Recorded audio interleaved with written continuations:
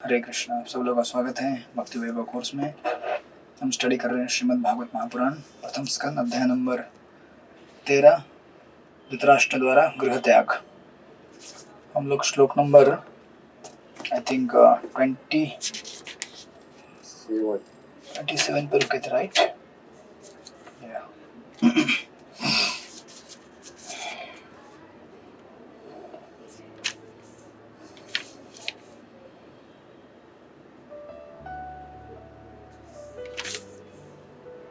अपने आप से या दूसरे के समझ जाने से जो व्यक्ति जाग जाता है और इस भौतिक जगत की असत्यता तथा दुखों को समझ लेता है तथा अपने हृदय के भीतर निवास करने वाले भगवान पर पूर्णतः आश्रित होकर घर त्याग देता है, वह निश्चय ही उत्तम कोटि का मनुष्य है। राइट। तो हम धृतराष्ट्र के इस प्रकार विदुर जी के निर्देश देने के बाद उनके गृह त्याग का चर्चा कर रहे हैं। और जैसे कि इस श्लोक में 3 लेवल्स दिए गए हैं व्यक्तियों के: धीरे व्यक्ति, सन्यासी और फिर निष्ठावान व्यक्ति। राइट। और प्रभुपाद उसके डेफिनेशन भी देते हैं इस परपोर्ट में। धीर यानी कि जो पारिवारिक संगति से दूर रहने के कारण विचलित नहीं होता। सन्यासी जो हताश भावना के कारण विरक्त जीवन बिताता है। Basically this is talking about मायावादी सन्यासीज। एंड देन थर्ड, निष्ठावान भगवत भक्त, यानी कि ये भक्त हैं जो सन्यासी भी हो सकते हैं और गृहस्थ आश्रम के भी हो सकते हैं, बट वो भगवान की भक्ति द्वारा अपने अंदर भगवत चेतना को जागृत करते हैं और इस प्रकार इस संसार में रहते हुए भी इस संसार से अप्रभावित रहते हुए अपने आप को इस संसार से बाहर निकाल सकते हैं। इसलिए प्रभुपाद वहां पे लिखते हैं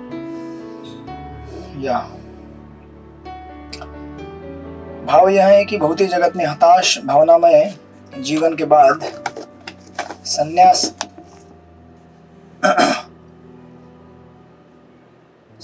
आत्म साक्षात्कार के मार्ग का प्रथम सोपान हो सकता है, किंतु मुक्ति मार्ग में वास्तविक स्थिति तभी प्राप्त होती है जब मनुष्य उन भगवान पर पूर्णतः आश्रित रहने का अभ्यास कर लेता है। राइट। ये हमने देखा था पिछली बार। इसलिए वो कहते हैं कि भगवान को मनुष्य को शुद्ध भक्तों के संगति में भगवान के पवित्र नाम रूप लीलाओं का पार्षद आदि का श्रवण तथा कीर्तन करते हुए घर पर भक्ति का अभ्यास करना चाहिए। और यह अभ्यास उसकी निष्ठा के अनुसार उसमें ईश्वर चेतना जगाने में सहायता करती है।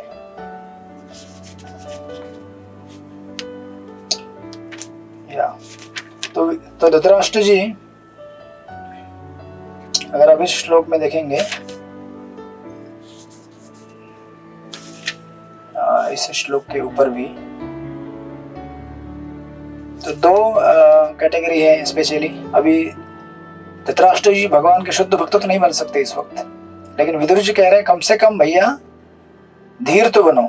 नरोत्तम भी बनने का चांस नहीं है आपके पास, जो कि आपको पिछले श्लोक में इसी श्लोक के सेकंड लाइन में देखिएगा, नरोत्तम करके, यानी कि प्रभुपाद उसका अनुवाद करते हैं उत्तम कोटि के मनुष्य। तो स्पिरिचुअल जर्नी हमारी ऐसे स्टार्ट होती है, सबसे पहले डिटैच होना इस जगत से, right, and then gradually attach होना भगवान से। Detachment is the first.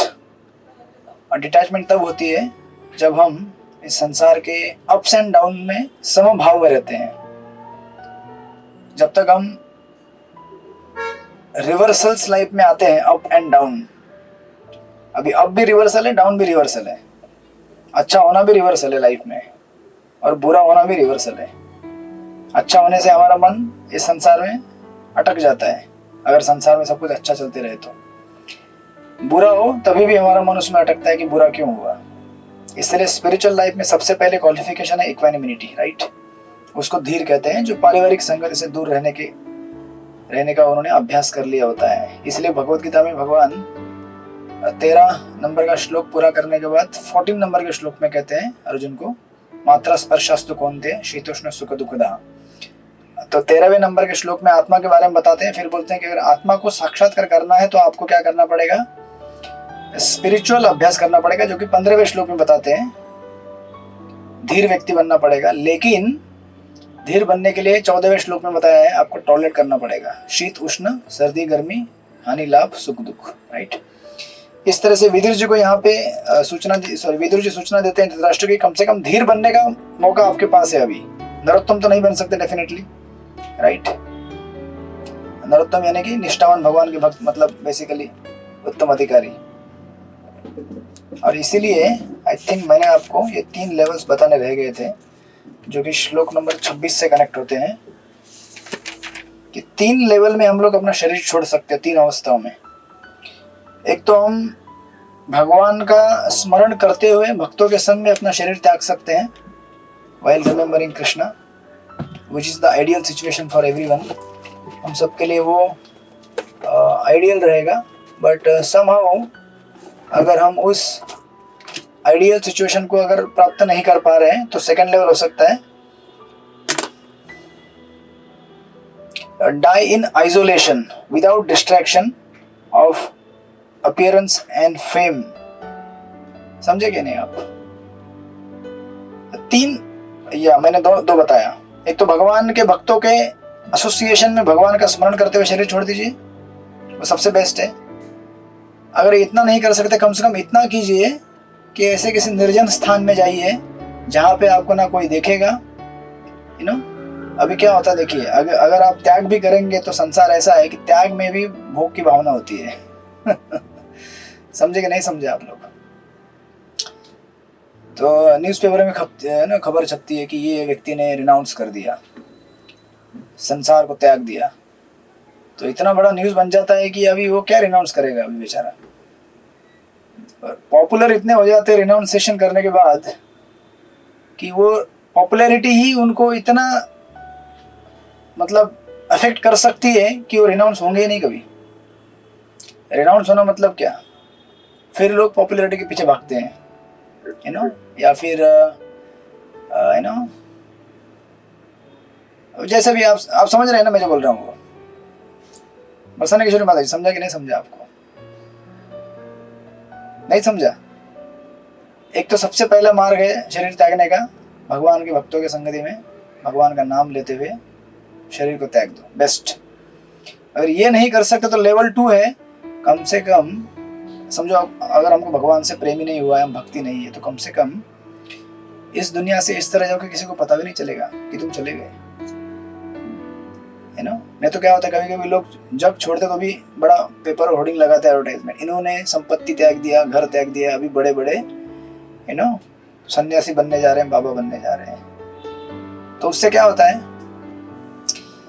कि आपने जग छोड़ा, लेकिन फिर भी आप जग के साथ आपकी जो सूक्ष्म स्तर पे आसक्ति थी वो छोड़ नहीं पाए। आपने चीजों को त्याग दिया, लेकिन उन चीजों के ऊपर जो स्वामित्व की भावना थी वो नहीं त्यागी आपने। हाँ, मैंने त्याग दिया है, ठीक है ना, I am a very big सन्यासी। तो ऑफकोर्स आप बोलेंगे इस्कॉन में सन्यास सेरेमनी ओपनली होती है, तो ओपनली होती है इसके लिए कि यू नो भक्तों का आशीर्वाद मिले सबका, लेकिन जो सन्यास ले रहा है उसको ये सोचना है कि भाई मैंने सब कुछ त्याग दिया है, इवन टू द एक्सटेंट कि जो अभी इससे नेम फेम मिलेगा वो भी मैंने त्याग दिया है। और अगर नेम फेम आता भी है तो उसे भगवान की सेवा में चैनलाइज करना चाहिए, राइट। ये हो गया दूसरा मार्ग। तीसरा मार्ग होता है जो कि आम आदमी इसी तरह से इस जगत को छोड़ के जाते हैं। कैसे? जब वो शरीर छोड़ने का समय आता है तो ऐसे लोगों से घिर जाते हैं जो हाय हाय करते रहते हैं, हाय हाय ऐसा हुआ वैसा हुआ, यू नो, रोते रहते हैं कि संसार में आपको ये करना था पूरा, लेकिन ये पूरा नहीं कर पाए। और मरने वाला व्यक्ति भी रोते रहता है, हाँ मुझे ये पूरा करना था, मैं ये आसक्तियां कम करने के बजाय उसको और बढ़ा देते हैं लोग, है ना, रोना धोना करके चिल्ला के इतनी आसक्तियां बढ़ा देते हैं कि बेचारा जग छोड़ने को बिल्कुल तैयार ही नहीं होता है। ये सामान्य आदमी है जो इस तरह से संसार में नेगेटिव एसोसिएशन में शरीर छोड़ देता है। नेगेटिव एसोसिएशन बोलते हैं इसको, नकारात्मक संग। तो मरते समय हमें लोगों ने कृष्ण की याद दिलानी चाहिए ना, राइट। अब अगर आप कीर्तन करने जाओगे तो वो लोग यू नो, चिल्लाएंगे। चैतन्य प्रभु एक जगह पे कीर्तन बता रहे थे, कीर्तन कर रहे थे वो भक्त कुछ, जहाँ एक व्यक्ति शरीर छोड़ रहे थे, तो उनका रिलेटिव चिल्लाने लगा, अरे क्यों गाना गा रहे हो, वो मर रहे हो और तुम गाना गा रहे हो। तो उनको पता नहीं है गाना क्या होता है और भगवान का नाम क्या होता है, दे कैन अंडरस्टैंड ओनली। तो ये दो मार्ग है, सॉरी ये दोनों मार्गों को छोड़कर ये तीसरा मार्ग है नेगेटिव मार्ग। तो अगर आप समझो, अगर वो रहता ना अपना मैथ्स में X axis Y axis and zero, right, तो एक्स एक्सिस क्या रहेगा, एक्स नीचे रहता है ना, वाई ऊपर रहता है, राइट, बराबर है ना। तो आप लोग भूल गए सब कुछ, था ना, एक्स एक्सिस वाई एक्सिस और बीच में जीरो रहता है। आई थिंक एक्स नीचे रहता है, वाई ऊपर रहता है, और उसके बीच में रहता है जीरो, बराबर। तो एक्स जो नीचे है वो नेगेटिव एसोसिएशन है, वाई जो है पॉजिटिव एसोसिएशन है, भगवान के भक्तों के संगति में शरीर छोड़ो, दैट्स द बेस्ट। नेगेटिव क्या है, अभक्तों के संग में शरीर छोड़ो। तो अभक्त क्या करेंगे, आपको और याद दिलाएंगे, आपके जीवन में ये कमी थी, ये रह गया, वो हो गया, ये हो गया, हाय हाय रोना धोना, फिर उसको स्मरण करते करते शरीर छोड़ने का, फिर उन चीजों को प्राप्त करने के लिए पुनः जन्म लेने का। लेकिन बीच में जो जीरो रहता है, वो जीरो है धृतराष्ट्र का स्टेज, कि आपको कृष्ण से प्रेम नहीं हुआ, कोई बात नहीं, लेकिन कम से कम इस जगत से आसक्ति तो मत बनाओ भैया। इस तरह से निर्जन स्थान में जाकर शरीर त्याग दो, किसी ने देखा नहीं, कुछ नहीं, आप चुपचाप शरीर छोड़ दिए, इस जगत की आसक्ति को छोड़ते हुए। ना भगवान से आसक्त है, ना भौतिक जगत से आसक्त है, बेसिकली ब्रह्मन स्टेज उसको कहते हैं। तो ऑफकोर्स एग्जैक्टली ब्रह्मन स्टेज पे नहीं पहुंचेंगे वो, लेकिन उनके पास मौका है अपने आप को ब्रह्मन स्टेज के लिए क्वालिफाई करने का, राइट, उसको बोलते हैं धीर व्यक्ति। तो इस तरह से उनको कहा जा रहा है कि आप क्या करो, धीर बनो, राइट। इसलिए यहाँ पे प्रॉपर ये 27 श्लोक में कह रहे थे, अपने आप से या दूसरे के समझने से जो व्यक्ति जाग जाता है और इस भौतिक जगत की असत्यता तथा दुखों को समझ लेता तथा अपने हृदय के भीतर, अब कुछ प्रभुपाद ने जब ट्रांसलेशन दिया है हमको, तो हमको डिवोशनल पॉइंट ऑफ व्यू दिया है, right, end of course Narottam करके जब समझाते, या 26वें श्लोक में धीर व्यक्ति का वर्णन है और 27वें श्लोक में नरोत्तम व्यक्ति का वर्णन है। तो धृतराष्ट्र तो अभी नरोत्तम तो नहीं बन सकते, इसलिए कम से कम धीर बनने का उनको सलाह दिया जा रहा है। आप समझे कि नहीं समझे, अभी बरसाने की शुरू माता जी समझ गए? तो कम से कम यार अभक्तों के संगति में मरने से अच्छा है कि अकेले जाके, इसीलिए कहा जाता है ना शास्त्रों में, अभक्तों के संग से अच्छा है कि कभी कभी अकेले रहो। अगर भक्तों का संग नहीं रहेगा ना तो अकेले रहो, लेकिन अभक्तों के संग में मत रहो, क्योंकि अभक्तों के संग में रहेंगे तो क्या होता है, इस जगत से हमें वो कंप्लीटली आसक्त बना देंगे, राइट। और अगर अकेले रहेंगे तो जितना हमने डेवलप किया है डिटैचमेंट उतना बना रहेगा, लेकिन भक्तों की संगति के अभाव में हम शायद भक्त नहीं बन सकते, लेकिन एटलीस्ट इस जगह से डिटैच तो रहेंगे, राइट। तो ये बताने के बाद फिर 27वें 28वें श्लोक में आगे इसका वर्णन करते हैं। विदुर जी कहते हैं कि क्या करना चाहिए आपको, पढ़िए, हरिपारायण भी पढ़िए 28 नंबर का श्लोक। हरे कृष्ण, दंडवत प्रणाम। अत उदीचीं दिशं व्याप्ति स्वे अज्ञात गति भवा इते अनाक प्रयास काले कृपया आप अपने कुटुंबियों को बताए बिना तुरंत उत्तर दिशा की ओर प्रस्थान कर दीजिए, क्योंकि शीघ्र ही ऐसा समय आने वाला है जिसमें मनुष्य के सद्गुणों का ह्रास होगा। हरे कृष्ण। हरे कृष्ण, दंडवत प्रणाम। तो विदुर जी धृतराष्ट्र को क्या कर रहे हैं, डेफिनेशन का एक नया सक्सेस दे रहे हैं। जनरली इंसान का इस जगत में सक्सेस, यानी कि मैं सक्सेस हो गया लाइफ में, उसका डेफिनेशन क्या है, कम से कम दुख ज्यादा से ज्यादा एंजॉय किया मैंने, बराबर, उसको सक्सेसफुल बोलते हैं ना व्यक्ति। लेकिन सक्सेस का डेफिनेशन ये नहीं होना चाहिए, विदुर जी समझा रहे हैं। वैसे इस बात में सत्यता नहीं है। कम से कम दुख और ज्यादा से ज्यादा सुख, ये तो केवल इमेजिनेशन और कल्पना में है, जिसको लोग पाने के लिए पूरा जीवन कष्ट करते हैं और अंत में उसको ऐसे सोचते हैं कि अभी अभी अभी पकड़ लिया, अभी सुख अभी मर गया, उधर ही मर जाते हैं, राइट। तो विदुर जी कह रहे हैं कि असली डेफिनेशन क्या है सक्सेस की, या तो धीर बनो या नरोत्तम बनो। नरोत्तम तो नहीं बन सकते हो, कम से कम धीर तो बनो भैया, ताकि अगले जीवन में तुमको ऑस्पिशियस डेस्टिनेशन मिले और भक्ति और वैराग्य का वही संस्कार तुम्हारे अगले जन्म में पास ऑन हो, राइट। और ऑफ कोर्स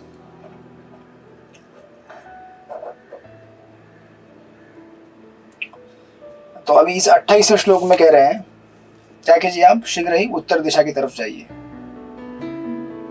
तुरंत उत्तर दिशा की तरफ प्रस्थान कीजिए। उत्तर दिशा की तरफ प्रस्थान करना मतलब क्या, अभी वापस नहीं आएंगे हम, अभी चले गए।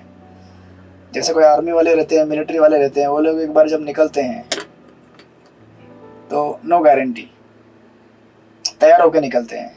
अगर वापस आ गए तो आ गए, नहीं तो शहीद हो जाएंगे देश के लिए, राइट। उसी प्रकार आध्यात्मिक मार्ग में एक बार आप निकल गए तो निकल गए, अगर वापस आ गए नहीं, ऐसा होता ही नहीं है वापस आ गए तो, एक बार निकल गए तो निकल गए। भाई पीछे देखना है नहीं, क्योंकि पीछे कुछ है ही नहीं देखने के लिए।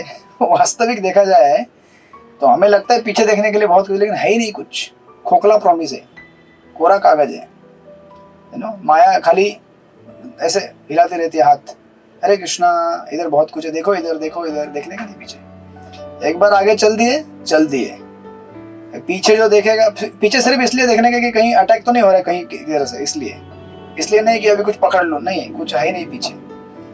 तो इसलिए बोले कि उत्तर दिशा की तरफ निकलो, और स्पेशली इसलिए क्योंकि अभी क्या होने वाला है, कलयुग आने वाला है, और कलयुग इंसानों के गुणों को क्या कर देगा, खत्म कर देगा, अच्छे गुणों को। तो वैसे भी कलयुग आने वाला है जिससे इंसान की और अधोगति होने वाली है। तो उस अधोगति, अगर समझो कलयुग भयंकर हो जाएगा तो आपके लिए इस प्रकार संसार से विरक्त होना और कठिन हो जाएगा भैया। अभी जब मौका है, जब इस्कॉन फ्लरिश कर रहा है, अच्छी तरह से भक्ति कर सकते हैं आप इस्कॉन के सेंटर से कनेक्टेड होकर। अभी नहीं करोगे भक्ति तो क्या 10,000 साल बाद करोगे, जब इस्कॉन नहीं रहेगा, है ना। इसीलिए स्वर्ग की कामना मत करो, स्वर्ग में जाओगे और तब तक आओगे तो इस्कॉन गायब हो जाएगा यहाँ से। भक्ति करेंगे आराम से, होगा नहीं। अभी मौका है आपके पास भक्ति करने का, क्योंकि धृतराष्ट्र तो पहले से क्या थे, अटैच थे, आसक्त थे। और जब अगर एटमॉस्फेयर ही हमारा खराब होने लगे, कलयुग और भयंकर होने लगे, तो और आसक्ति को कम करना कठिन हो जाएगा, अनासक्त होना कठिन हो जाएगा। इसलिए अभी जो फेवरेबल टाइम है ना, अभी जवान है, आपके मुख से हरिनाम निकल सकता है, हरे कृष्णा कृष्ण कृष्ण हरे हरे, हरे राम राम राम हरे हरे। अभी आपके शरीर में ताकत है कि आप प्रचार कर सकते हो, लोगों को जाके बुक डिस्ट्रीब्यूशन कर सकते हो, मंदिर में जाके सेवा कर सकते हो, तो कर लो भैया। थोड़े समय के बाद नहीं कर पाओगे, ना प्रचार कर पाओगे, ना बुक डिस्ट्रीब्यूशन कर पाओगे, ना कुछ सेवा कर पाओगे, एक जगह पे इनवैलिड होकर बैठना पड़ेगा, बराबर। तो उसके पहले मौका है तो सेवा कर लो, अपने आप को शुद्ध करा लो, राइट। अब ये देखने वाली बात यहाँ पे है कि धृतराष्ट्र को समझाने के लिए क्या क्या चीज बता रहे हैं विदुर जी, कितना केयर और कितना कंपैशन है। देखिए कितना प्रेम से समझा रहे हैं कि देखो कलयुग भयंकर होने वाला है, उसके पहले निकल जाओ, कलयुग बढ़ते जा रहा है ना धीरे धीरे। जैसे जैसे हम लोग कलयुग में आगे बढ़ रहे, कलयुग इतना भयंकर होते जा रहा है कि आपको डेली लाइफ में चैंटिंग करना, जो श्रवण कीर्तन करना कितना कठिन होता जाएगा। देखिए तो समय रहते हमने अभ्यास करके यहाँ से नहीं निकले तो हमारे लिए बहुत बड़ी चुनौती है आगे जाकर। इसलिए यहाँ पे प्रभुपाद पॉपुलर में लिखते हैं, मनुष्य धीर बनकर या अपने संबंधियों को बताए बिना घर छोड़कर हताश जीवन की क्षतिपूर्ति कर सकता है। हताश जीवन की, why? Because spiritual material life is हताश ओनली। भले हमें लगे थोड़ा आनंद मिला है, बट एक्चुअली भौतिक जीवन क्या है, हताश करने वाला ही है। भले आप बोलेंगे कि आपको क्या मालूम, तो मैं नहीं बता रहा हूँ, ये श्रील प्रभुपाद बता रहे हैं। अब श्रील प्रभुपाद से ज्यादा एक्सपीरियंस हम कोई भी नहीं था, जिन्होंने सारे आश्रम देखे थे, ब्रह्मचारी आश्रम, गृहस्थ आश्रम, संन्यास, सारे आश्रम प्रभुपाद ने देखे। तो उनका कंक्लूजन है, अंत में उन्होंने लिखा हुआ ये, तो उनके शब्द कभी झूठे नहीं हो सकते, राइट। इसलिए उन्होंने, विदुर जी ने अपने अग्रज को अविलंब इस मार्ग को अपनाने की सलाह दी, क्योंकि कलयुग शीघ्र ही आगमन होने वाला था। बद्ध जीव भौतिक संसर्ग के कारण पहले से पतित हुआ है, और कलयुग में तो मनुष्य के सद्गुण निम्नतर स्तर तक पहुंच चुके होंगे। उन्हें सलाह दी गई है कि कलयुग के आगमन के पूर्व ही वे घर छोड़ दे, क्योंकि विदुर ने जीवन के कई सत्य के विषय में अपने बहुमूल्य उपदेश द्वारा जो वातावरण उत्पन्न किया था, वह कलयुग के तेजी से निकट आने के कारण लुप्त हो जाएगा। देखिए प्रभुपाद क्या लिखते हैं, सामान्य व्यक्ति के लिए नरोत्तम बनना अर्थात भगवान श्री कृष्ण पर पूर्णतः निर्भर रहने वाला उत्तम कोटि का मनुष्य बनना संभव नहीं है। उत्तम अधिकारी बन सकते हैं क्या हम लोग? नहीं बन सकते। कभी सोचिएगा मत कि इस जन्म में हम प्योर डिवोटी बनेंगे। आज एक्चुअली क्या है, बहुत गर्मी हो रहा है, यही सिम्टम है कि प्योर डिवोटी नहीं बन सकते। 2-3 पंखे लगाए यहाँ पे फिर भी, दिस इज द सिम्टम, नहीं बन सकते हम लोग प्योर डिवोटी। तो हम क्या कर सकते हैं, प्योर डिवोटी के चरणों में क्या बोलते हैं उसे, चरण चिन्हों में चलकर एटलीस्ट। तो प्रभुपाद आगे लिखते हैं, भगवद गीता 7:28 में कहा गया है कि जो व्यक्ति पाप कर्मों के दूषण से पूर्णतः रहित हो जाता है वही भगवान श्री कृष्ण पर आश्रित रह सकता है। धृतराष्ट्र को विदुर ने सलाह दी कि यदि वे सन्यासी या नरोत्तम नहीं बन सकते तो प्रारंभ में कम से कम धीर तो बन ले। धीर मतलब क्या, ये जो गर्मी होती है सर्दी होती है, उसको सहन करते हुए अपना भजन और सेवा करते रहो। हरे कृष्णा कृष्ण कृष्ण हरे हरे, हरे राम राम राम हरे हरे। तो अभी वास्तविक भजन नहीं हो रहा है हमारा, अभी क्या हो रहा है, केवल हम रिटेलिएट कर रहे हैं इस जगत के सुख और दुखों को, इससे निकलने का प्रयास कर रहे हैं और कोशिश कर रहे हैं भजन करने का थोड़ा थोड़ा। पर एक्चुअल भजन तब स्टार्ट होगा जब हम बिंदास कहीं भी श्रील हरिदास ठाकुर के जैसा, चाहे माया आए या ना आए, 22 बाजार में कोड़े पड़े या ना पड़े, बस निरंतर हरिनाम करते रहेंगे। हरे कृष्णा कृष्ण कृष्ण हरे हरे, हरे राम राम राम हरे हरे।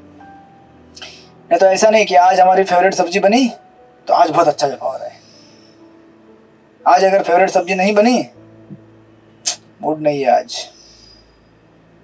हाँ, बस इतनी सी चीज से आप डिस्टर्ब हो जाते हैं, एक सब्जी से। तो फिर समझो, आपको अगर भगवान की भक्ति में सेवा करना है, भयंकर सेवा मतलब क्या होता है देखिए, आत्मेंद्रिय प्रतिवंशा तारा बोली काम, कृष्णेंद्रिय प्रतिवंशा तारा प्रेम नाम। कृष्ण को जो पसंद है अगर हम वो देंगे, भले हमें पसंद नहीं है। आपको पता नहीं है, राधानंद महाराज न्यू वृंदावन में थे तो डीटीज को भोगा जब ऑफर होता था वही उनके लिए भोजन था, आइस कोल्ड महाप्रसाद। विचार कीजिए, हमें तो कभी कभी ऐसा लगता है कि महाप्रसाद मिलना चाहिए भगवान का। रोज खा के देखे तो पता चलेगा आपको कितना, मतलब उसमें प्यूरिफिकेशन है, लेकिन हम इतने बद्ध जीव हैं कि अगर वो ठंडा आ जाए, है ना, ठंडा अगर हो जाए तो कितना ये लगता है, मतलब ऑस्टेरिटी लगता है। और जो घी रहता है ना वो उसमें पूरा जम जाता है, क्योंकि घी में बनता है ना सब कुछ।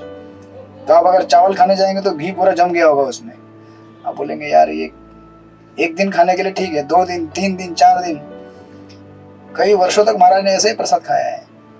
और सुबह से लेकर रात तक तो भगवान की सेवा रहती थी, डीटी वर्शिप। तो बीच में जो टाइम मिलता था, मतलब भोजन बनाने से लेकर बर्तन धोने से लेकर बैकअप रूम में भगवान को आरती भोगा ऑफरिंग सब कुछ कंटिन्यूस चलते रहता था। जो एक ऑफरिंग और दूसरे ऑफरिंग के बीच, ऑफरिंग करने के बाद जो टाइम मिलता था ना 20-25 मिनट, उस टाइम में प्रभुपाद बुक पढ़ते थे, सॉरी महाराज बुक पढ़ते थे प्रभुपाद का, वो भी चलकर। नींद आती थी बैठ, क्योंकि इतना दिन रात सेवा चलता था न्यू वृंदावन में कि बैठ के नींद आती, इसलिए चल के पढ़ते थे। इसको कहते हैं, तीनों आप डेफिनेशन दे सकते हैं, धीर भी, सन्यासी भी और नरोत्तम भी, राइट।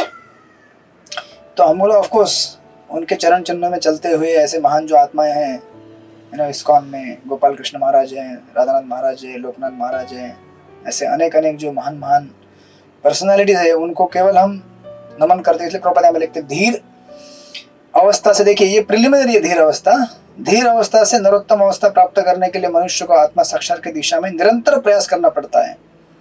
धीर अवस्था, अब देखिए धीर अवस्था भी कब प्राप्त होती है, योग पद्धति के दीर्घकालीन अभ्यास से प्राप्त होती है, ऐसे नहीं तुरंत आती है धीर अवस्था भी। आज तो आप सिंपल एक फेस्टिवल में जाते हैं, प्रसाद में एक आइटम कम हो जाता है, बस टेम्पल मैनेजमेंट के लिए गुस्सा, कांग्रेगेशन के जो भी लोग बांट रहे होंगे उनके लिए गुस्सा, 1-2 हफ्ते तक बात ही नहीं करेंगे, प्रसाद कम गिर गया हमको, ऐसे कैसे प्रसाद दिया उन्होंने कम, डोनेशन हम दिए थे, अरे आप दिए थे किसके लिए दिए थे, आपके लिए दिए थे क्या कि आपको प्रसाद बना के रखेंगे प्लेट। हम भूल जाते हैं सब कुछ, राइट। बट स्टिल हमें प्रयास करते रहना है, दैट्स व्हाई। किंतु विदुर की कृपा से धीर अवस्था के साधनों के ग्रहण करने की इच्छा करने से ही यह अवस्था प्राप्त की जा सकती है, जो संन्यास की प्रारंभिक अवस्था है। संन्यास अवस्था परमहंस अवस्था अर्थात प्रथम श्रेणी के भक्त की प्रारंभिक अवस्था है, लाइक दैट। सो देन, और इसीलिए देखिए जो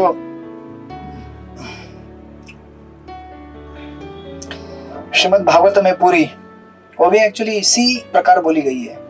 श्रीमद् भागवतम में अंतिम जो 12वां स्कंद है उसमें कलयुग के लक्षण दिए गए, बराबर। तो परीक्षित महाराज को जब सुखदेव गोस्वामी समझा रहे हैं तो केवल परीक्षित को नहीं समझा रहे हैं, हमको समझा रहे हैं। देखो भैया, कलयुग के लक्षण क्या क्या भयंकर प्रकट होने वाले हैं, उसके पहले यहाँ से भक्ति करके निकल जाओ, नहीं तो टाइम ऐसा आएगा आप इतने इंटेंगल हो जाएंगे, इतने इंटेंगल हो जाएंगे इस संसार में कि भगवान का नाम स्मरण करना कठिन से कठिन कष्टप्रदकारी लगेगा। अभी एटलीस्ट हमारी 16 मालाएं तो हो रही है 4 नियम फॉलो कर रहे हैं, भक्तों के संग में रहकर थोड़ा बहुत किताब पढ़ लेते हैं, सेवा कर लेते हैं, बस उसी में हमारा वो हरि बोल हो जाता है ना। ऐसे कि जैसे बड़ा पराक्रम करके आए हम लोग, 16 माला हो गई, 4 नियम हो गए, बस खत्म। ये तो केवल आपको इंसान बनाने हेतु है, उसके बाद भक्ति का प्रारंभ होता है, राइट। और ये इंटरेस्टिंग यहाँ पे चीज, इंपॉर्टेंट चीज यहाँ पे कहते हैं, यू नो, आपको पिछले परपट में प्रभुपाद ने कहा था, या ठीक है, इसको आगे में डिस्कस कर सकते हैं। एंड देन 29th वर्स में अब देखिए क्या बोलते हैं। आरती माता जी पढ़िए 29 नंबर का श्लोक। हरे कृष्ण प्रभु जी एवं राजा विधिरेण अनुजेन प्रज्ञा चक्षुर्बोधित आजमीरः छित्त्वा स्वे सुस्नेह पाषाण्ड लीनो निष्काम मातृसंदर्श धात्वा। इस प्रकार आज अजमेर के वंशज महाराज धृतराष्ट्र ने आत्मनिरीक्षण युक्त ज्ञान प्रज्ञा द्वारा पूर्णतः आश्वस्त होकर तुरंत ही अपने दृढ़ संकल्प से पारिवारिक स्नेह के समस्त दृढ़ पास तोड़ दिए। तत्पश्चात वे तत्काल घर छोड़कर अपने छोटे भाई महात्मा विदुर द्वारा दिखलाए गए मुक्ति पथ पर निकल पड़े। हरे कृष्ण।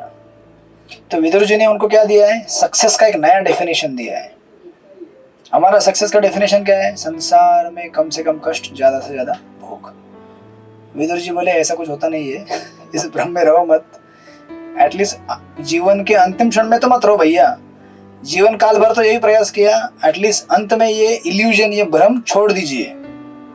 अब छोड़ दीजिए मतलब कुछ लीजिए, क्योंकि हम किसी चीज को त्यागे बिना, प्राप्त किए बिना किसी चीज को त्याग नहीं सकते, राइट।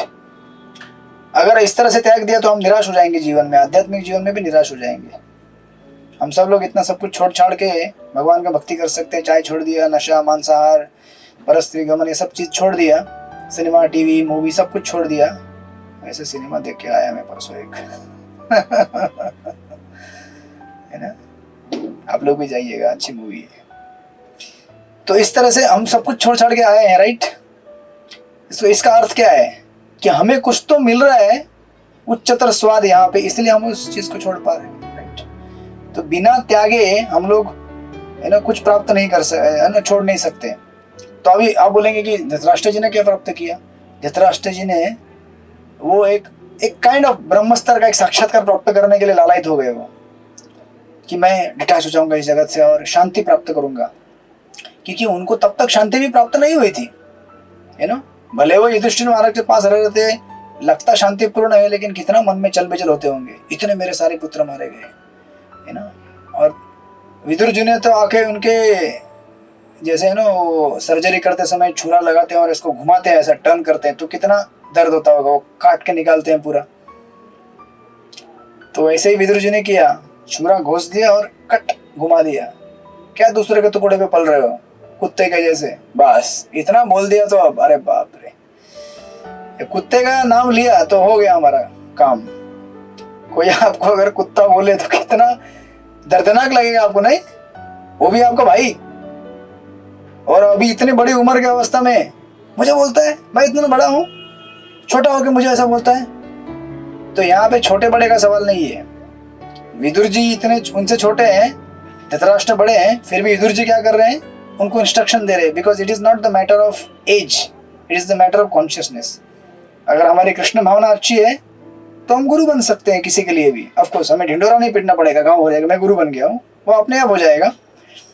तो भक्ति में एज मैटर नहीं करता है, कॉन्शियसनेस मैटर करता है। अभी देखिए ना, सुखदेव गोस्वामी जिस असेंबली में कथा सुना रहे हैं परीक्षित महाराज को, जो कि आएगा आवे, सुखदेव गोस्वामी कितने साल के हैं?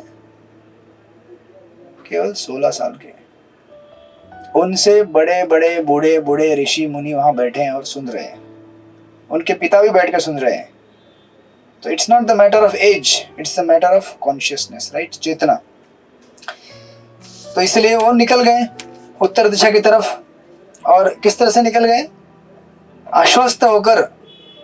अब क्या हुआ देखिए, विदुर जी की संगति की वजह से उनका प्राज्ञ चक्षु यानी कि उनका विजडम, हम सबके अंदर विजडम रहता है। प्रभुपद में लिखते हैं, श्रीमद् भागवत के सिद्धांतों के महान प्रचारक भगवान श्री चैतन्य महाप्रभु ने साधुओं अर्थात भगवान के शुद्ध भक्तों की संगति पर विशेष बल दिया है। उन्होंने बताया है कि शुद्ध भक्त के साथ एक क्षण की संगति से भी उसे सारी सिद्धि प्राप्त हो सकती है, राइट।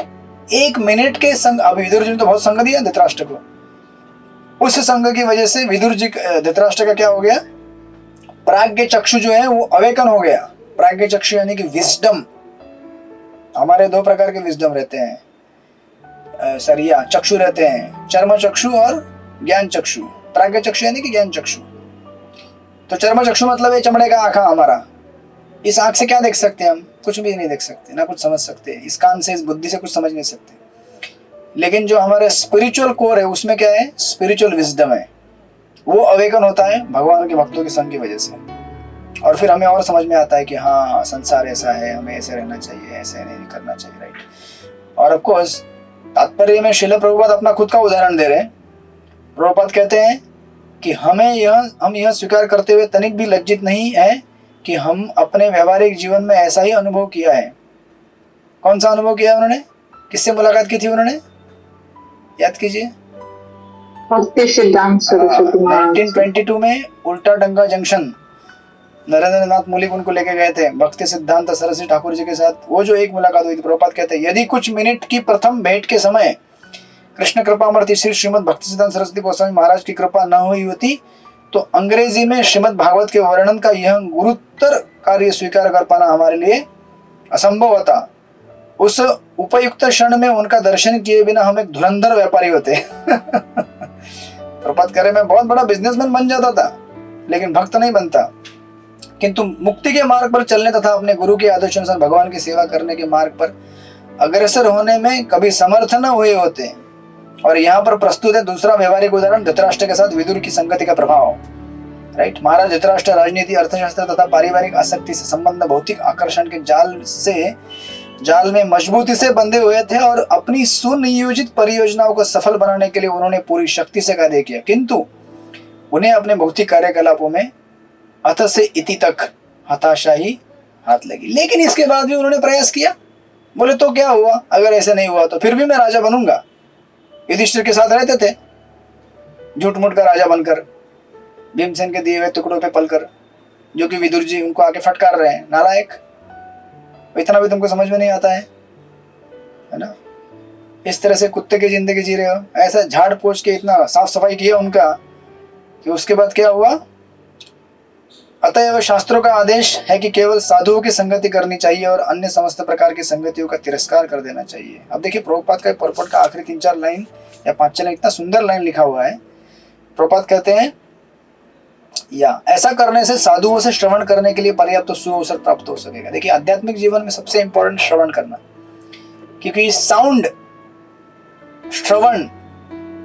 से सबसे सूक्ष्म चित्त को भेदा जा सकता है।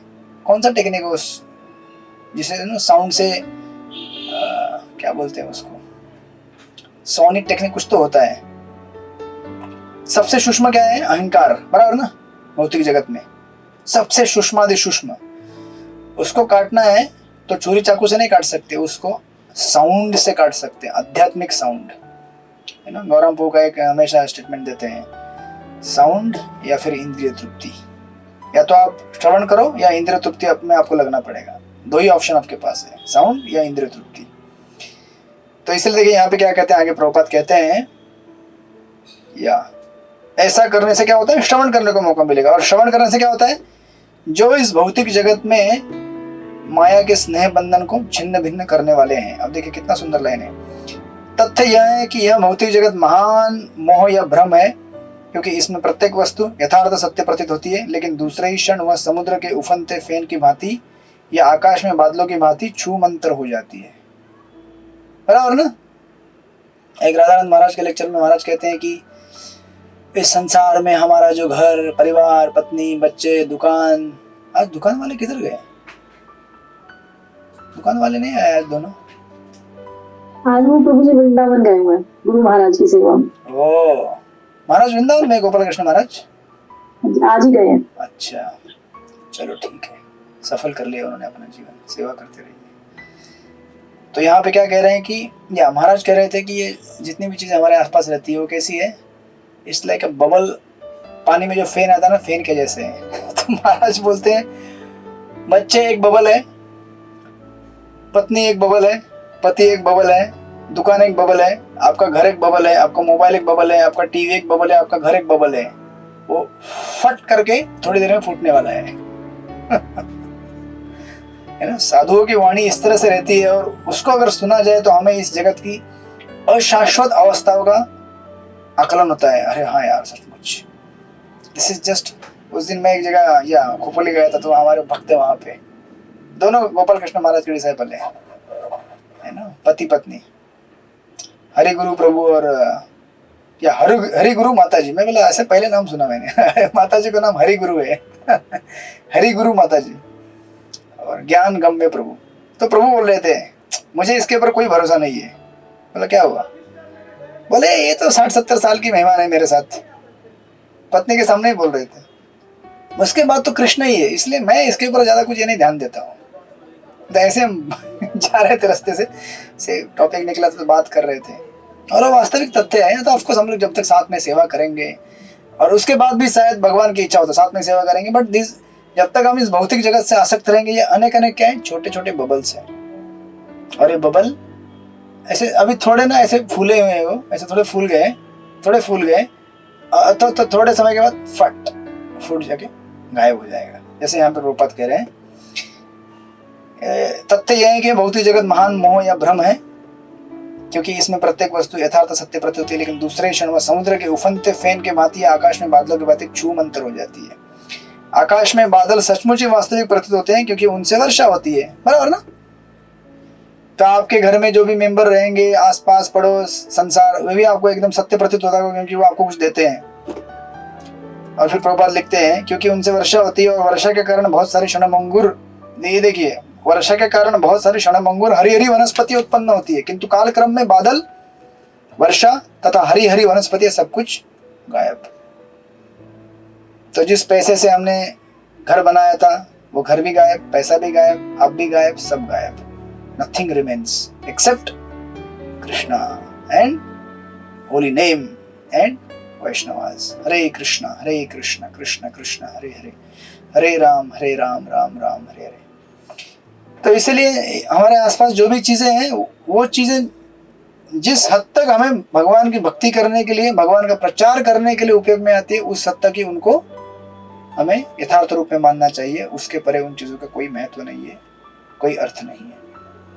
एंड देन प्रभुपाद कहते हैं लेकिन आकाश बना रहता है और आकाश में चमचमाते तारे हमेशा ही बने रहते हैं। इसी प्रकार परम सत्य जिसकी उपमा आकाश से दी जाती है शाश्वत बने रहते हैं और बादल स्वरूप मोह यानी कि भ्रम आता तथा जाता रहता है।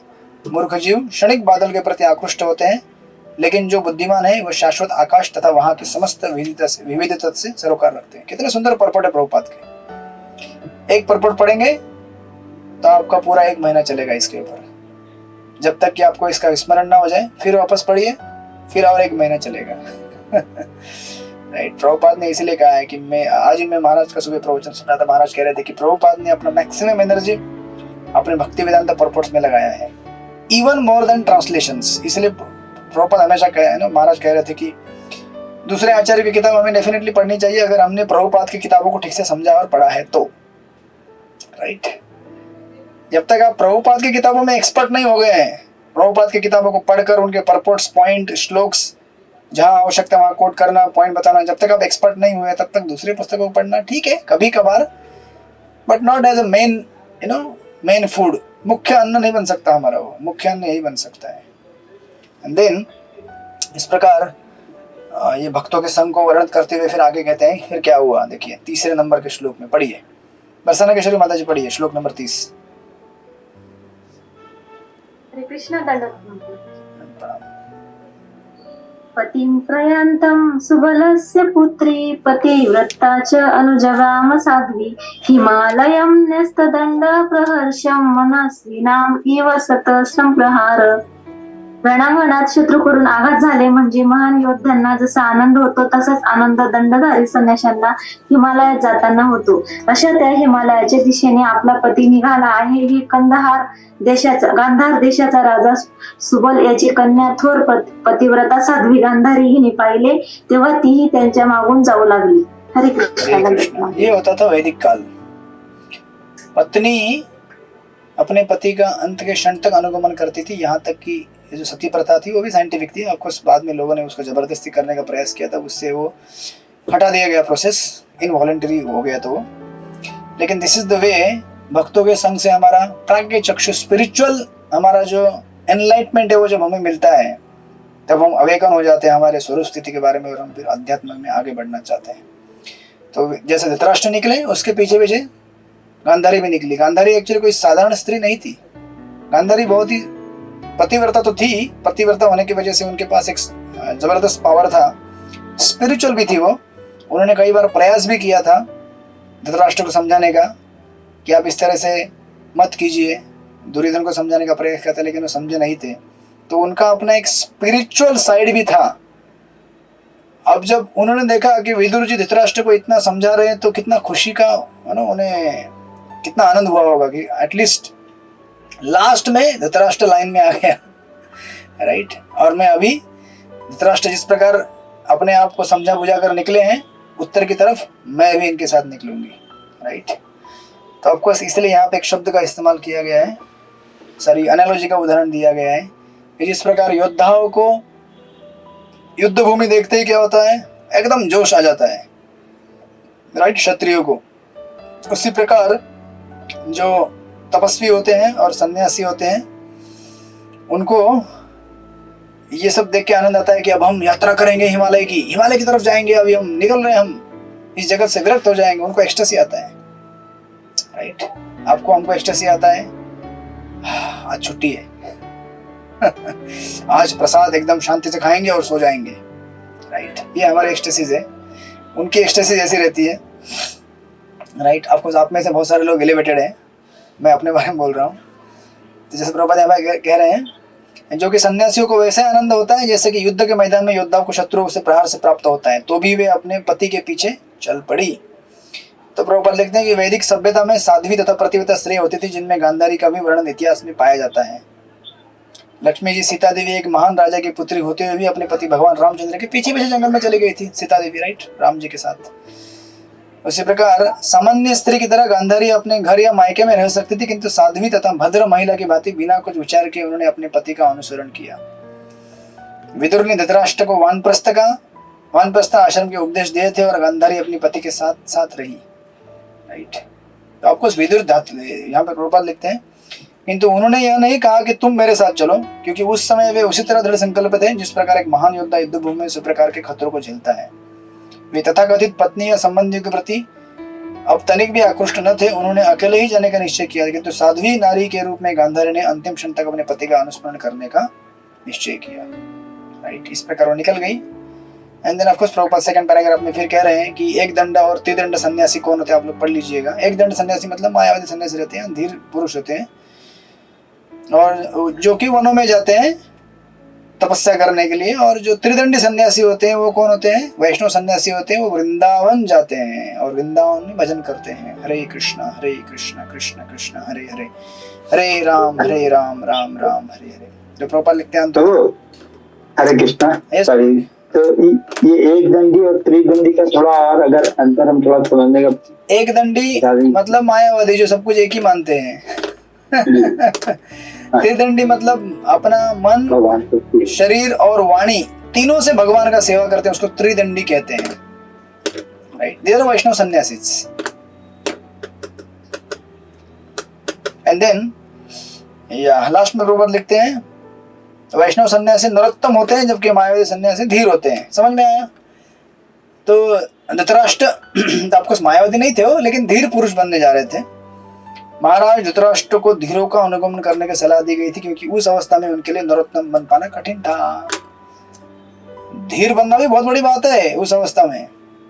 आजकल लोग घर नहीं छोड़ना चाहते, घर का कंफर्ट नहीं छोड़ना चाहते, कितना गाली खाएंगे तो भी घर में ही रहेंगे, राइट। भगवान को अब मंदिर में कितना बुलाते लोग, आइए मंदिर में भगवान की भक्ति कीजिए, है ना। लोग नहीं आते मंदिर में, बोलते हैं अरे सब मिलेगा टेम्पल हॉल में, आइए बैठिए, एसी चालू करेंगे, प्रसाद देंगे, आपको जाते समय माला भी देंगे, गीता भी देंगे, सब कुछ देंगे, आपको कुछ नहीं करना है, खाली बैठ जाइए। फिर भी नहीं आएंगे क्योंकि ट्रेनिंग नहीं रहा है कभी स्पिरिचुअल लाइफ का, राइट। एंड देन या 31 या इसके पहले इस श्लोक में एक शब्द इस्तेमाल किया गया था मनस्विनाम।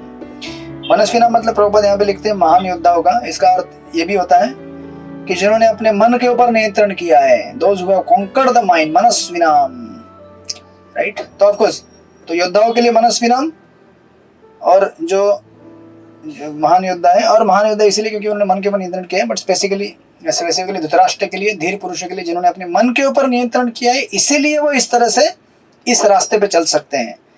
मन को नियंत्रित किए बगैर इस रास्ते पे चलना कठिन है। देन 31वें श्लोक में फिर आगे बताते हैं क्या हुआ। रामभद्र रिपु पढ़िए, पढ़ेंगे आप रामभद्र रिपु। सॉरी आप कुछ किसी से बात कर रहे हैं, कोई बात नहीं। रमेश मधु रिपु आप पढ़िए 31 नंबर का श्लोक। प्रणाम पढ़िए। अजात शत्रु पुत्र मित्र उताग्नि विप्रांतमता विलोंगो भूमि रूप में गुरु प्रविष्टो गुरु वंदनाय न चाप सच्चे त्रिप्रो सामली च। अजात शत्रु महाराज युधिष्ठिर ने वंदना करके सूर्य देव को अग्नि यज्ञ अर्पित करके तथा ब्राह्मणों को नमस्कार करके एवं उन्हें अन्न गाय भूमि तथा सवर्ण अर्पित करके अपने नैतिक प्रातकालीन कर्म किए।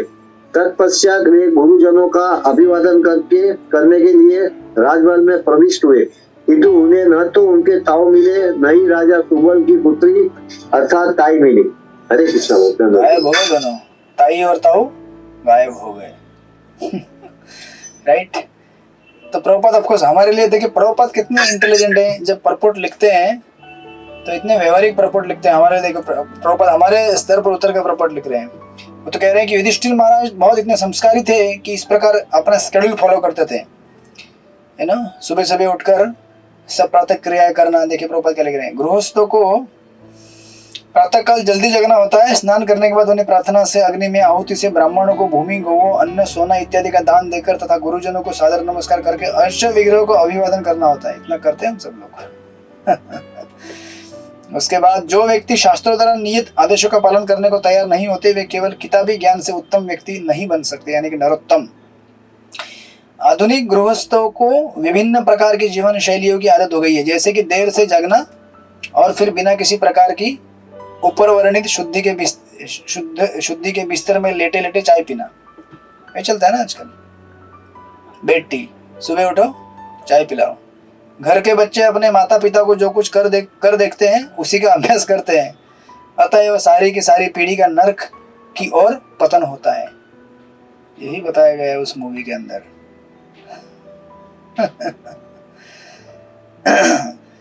अगर आप कौन सी मूवी देखी थी प्रभु जी आपने? केरला स्टोरी। केरला स्टोरी।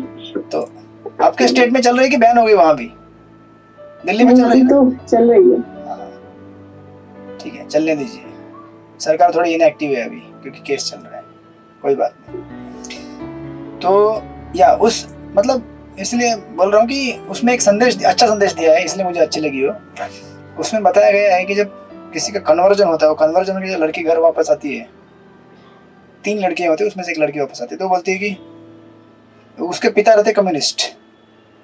अब कम्युनिस्ट क्या संस्कार देंगे उसको, वो तो किसी को मानते नहीं, लेकिन फिर भी तथाकथित कम्युनिस्ट हैं। भारत में कोई कम्युनिस्ट बन ही नहीं सकता जो हिंदू है पहले से, उसके अंदर संस्कार होते हैं। तो वो बोलती है कि अगर आपने हमें बताया होता है कि हमारा धर्म क्या है, क्योंकि जनरली क्या होता है कि हम जब बाहर जाते हैं खास करके तो लोग आपको क्वेश्चन करेंगे, अरे आपके भगवान ऐसे कैसे हैं, या अपनी पत्नी को ढूंढने के लिए वानरों का उनको सेवा लेना पड़ा? ऐसा कोई भगवान होता है क्या? ऐसे सिली क्वेश्चन पूछेंगे लोग, लेकिन लोगों को इसके भी आंसर नहीं आते। अब जब अपने कितने हिंदू लोग हैं ऐसे जिनको पूछेंगे सीताराम कौन है, लक्ष्मण कौन है, नहीं आता है नाम उनको बताना। आज की तथाकथित जो आधुनिक सभ्यता है हिंदुइज्म का नाम लेके आगे चलती है, अच्छा है, लेकिन हिंदुइज्म क्या है जब तक हमें पता नहीं चलेगा, हमारा धर्म क्या है, संस्कृति क्या है, हम अपने आप को प्रोटेक्ट नहीं कर पाएंगे। इस तरह से लोग आपको ब्रेन वॉश कर देंगे। तो जरूरी नहीं कि अभी एक धर्म दूसरे धर्म को ब्रेन वॉश करता है। नास्तिक लोग आपको ब्रेन वॉश करेंगे, आप नास्तिक बन जाएंगे एक दिन, राइट। तो सुंदर मैसेज दिया गया, उसमें बताया कि आपको, जैसे कि इस पर्पट में प्रभुपाद बता रहे हैं कि आप भी अगर रात को देर रात तक जगेंगे, सुबह आराम से उठेंगे और बेड में बिस्तर, चाय पिलाओ भाई चाय पिलाओ। बच्चे क्या करते देखते हैं, माता पिता घर में आते हैं, टीवी देखते हैं, हल्ला गुल्ला करते हैं, कभी झगड़ा भी करते हैं। टीवी देखने के बाद क्या होगा, झगड़ा करेंगे। टीवी में क्या दिखाते हैं, झगड़ा दिखाते हैं। अपने अकेले कैसे लड़ना ये थोड़ी बताते हैं, नाम जप कैसे करना, भगवत धाम कैसे प्राप्त करना, भगवान कौन है, मैं कौन हूँ, संसार में तकलीफ क्या है, ये सब थोड़ी सिखाते हैं। जितने भी आज के सीरियल्स हैं वो सब लगता है कि फैमिली बॉन्डिंग करते हैं, नहीं, फैमिली ब्रेक करने का काम कर रहे हैं सारे जितने भी टीवी सीरियल्स हैं। ऐसे लिपस्टिक लगा के, ऐसे महंगी महंगी साड़ियाँ पहन के लोग किरदार निभाते हैं टीवी सीरियल्स में कि बाप रे। बस अभी माता अगर देखने बैठेगी तो प्रभु घर में आएंगे तो उसके मन में इतनी इच्छाएं उमड़ती है, मुझे भी ऐसा लिपस्टिक चाहिए, मुझे भी ऐसा साड़ी चाहिए, मुझे ये गाड़ी चाहिए, मुझे यहाँ घूमने जाना है, मुझे वहाँ जाना है, बस मुझे अभी आज ये फैशन शो में। अरे बाप रे, ऐसा कहाँ से सीखा? ऐसा वेस्टर्नाइज चीजें जो हैं उनसे सीखा ना। और अपने भगवान के बारे में ABCD भी मालूम नहीं है। जब पूछेगा कोई तुम्हारे भगवान कौन है, बोलेंगे कृष्ण ने, कृष्ण इतने व्यभिचारी थे, ऐसा लोग बोलते हैं। 16,108 पत्नियां की, उसका उत्तर नहीं हमारे पास। राम इतने भगवान थे तो फिर ऐसे कैसे हेल्पलेसली अपनी पत्नी को ढूंढने के लिए गए? शिव जी अपनी मरी हुई पत्नी को लेकर पूरा भारत भ्रमण के लोग, उसने दिखाया इस तरह से। तो ये संदेश दिया गया है कि हम अपनी संस्कृति को जाने, जो कि यहाँ पे प्रभुपाद कह रहे हैं। अगर हम अपनी संस्कृति को नहीं जानेंगे तो हम क्या अपने आप को प्रोटेक्ट कर पाएंगे? बिल्कुल नहीं कर पाएंगे। इसलिए जाके देखिए, बहुत सुंदर मूवी है, अच्छा है। हल्ला मत कीजिएगा टेम्पल में जाकर अपने अपने जगह से जाके देख लिए। मैं तो रात में गया था, एकदम रात के शो में 11 बजे की, चुपचाप गया था, चुपचाप देख के आ गया। क्योंकि भगवे वस्त्र में इस तरह से जाऊंगा। और जहाँ मैं बैठा था वहाँ नीचे वो लोग भी आके बैठे हुए थे, वो वाले लोग जो जिनके ऊपर बनी हुई है। तो मैं थोड़ा डर गया था, मैं बोला अरे यार चलो मैं नीचे ही बैठे, वो कुछ हुआ नहीं, वो लोग अपना देख के चले गए। कोई बोला ये स्पाई है, स्पाई, बोला हाँ हो सकता है, जासूस हो सकता है तो इसलिए देखिए प्रभुपाद क्या कहते हैं, जब तक वे साधु की संगति नहीं करते तब तक उनसे किसी अच्छाई की आशा नहीं की जा सकती। इसीलिए है ना, इसीलिए देखिए इस्कॉन का इतना इंपॉर्टेंट रोल है आज के आधुनिक भारत में। संस्कृति सिखाना, गीता क्या है, भागवत क्या है, हम कौन है, हमारे धर्म में इतने देवी देवता क्यों है, ये सब सिखाने का काम आज इस्कॉन कर रहा है ना। कभी मंदिर में आते हैं क्या कोई लोग? कब आते हैं मंदिर में? जब एग्जाम जाने के पहले गणपति या फिर देवी जो भी रहेगी उनको भाई पास कर देना, पास कर देना, बस। और फिर अंतिम बार कब आएंगे? जब विवाह होगा और अंतिम में जब अंत होगा हमारा। लोग नहीं आते मंदिर में। अभी अपने पेरेंट्स बच्चों को मंदिर लेके आते हैं क्या? नहीं लेके आते। बच्चों को लेके जाएंगे, ये मॉल में जाओ घूमने के लिए, यहाँ पार्टी है, वहाँ पार्टी है, ये पिकनिक जाओ, ये स्विमिंग के लिए जाओ, वहाँ जाओ, वहाँ जाओ। मंदिर में कौन लेके आता है? फिर हम लोगों का ही दोष है ना। तो हमारा इस तरह से धर्मांतरण हो रहा है, इसमें दोष किसका है? हमारा ही है। अगर हम अपने सनातन हिंदू संस्कृति को बचाना चाहते हैं तो हमें अपने लोगों को शिक्षा देना पड़ेगा। हमारे घर में जो बालक हैं, बच्चे हैं, उनको ही हमें शिक्षा देना पड़ेगा कि हमारी संस्कृति क्या है, भगवान कौन है, कृष्ण कौन है, राम कौन है। और उन्हें हफ्ते में एक बार तो मंदिर लेके आना पड़ेगा, घर घर में ग्रंथ रखने पड़ेंगे, भगवत गीता भागवत उनको पढ़ाना पड़ेगा। इतना सारा डाटा अवेलेबल है आजकल यूट्यूब में, कितने सारे लेक्चर्स हैं, कितने सारे प्रवचन हैं, उनको सुनाइए, सुनेंगे वो लोग।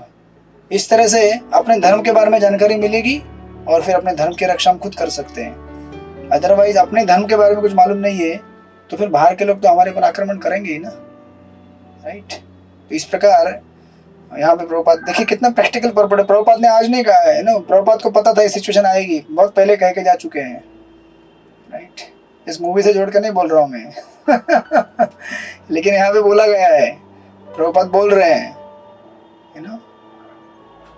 जब तक वे या भौतिकवादी मनुष्य धृतराष्ट्र की भांति विदुर जैसे साधु से शिक्षा ग्रहण कर सकता है और इस प्रकार आधुनिक जीवन के दुष्प्रभावों से शुद्ध हो सकता है।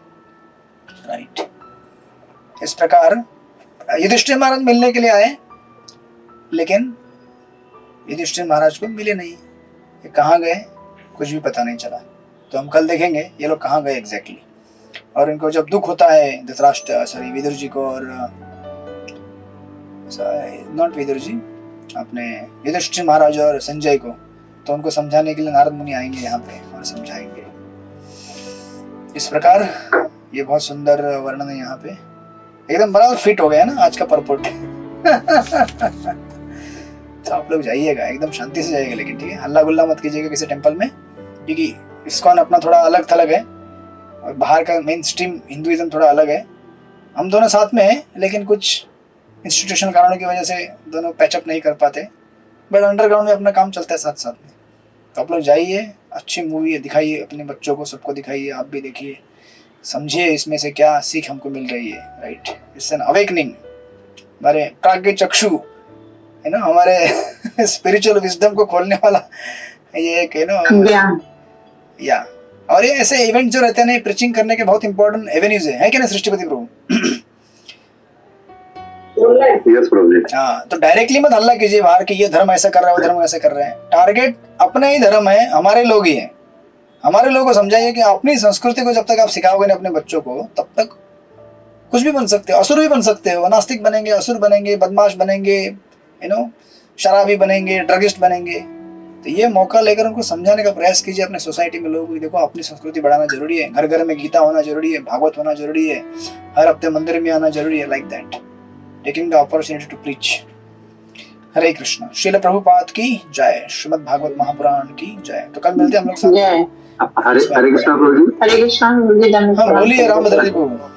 प्रभु जी आप जो बोल रहे हैं ना, इसके पर ये जो समाज के लोग हैं ना, वो क्या बोलते हैं कि ब्राह्मणों ने अपने लिए, अपने फायदे के लिए शस्त्र शास्त्र लिखे हुए हैं। अभी उन चीजों, अब इसलिए क्या बोले, इसको समझने में तैयारी नहीं होते हो।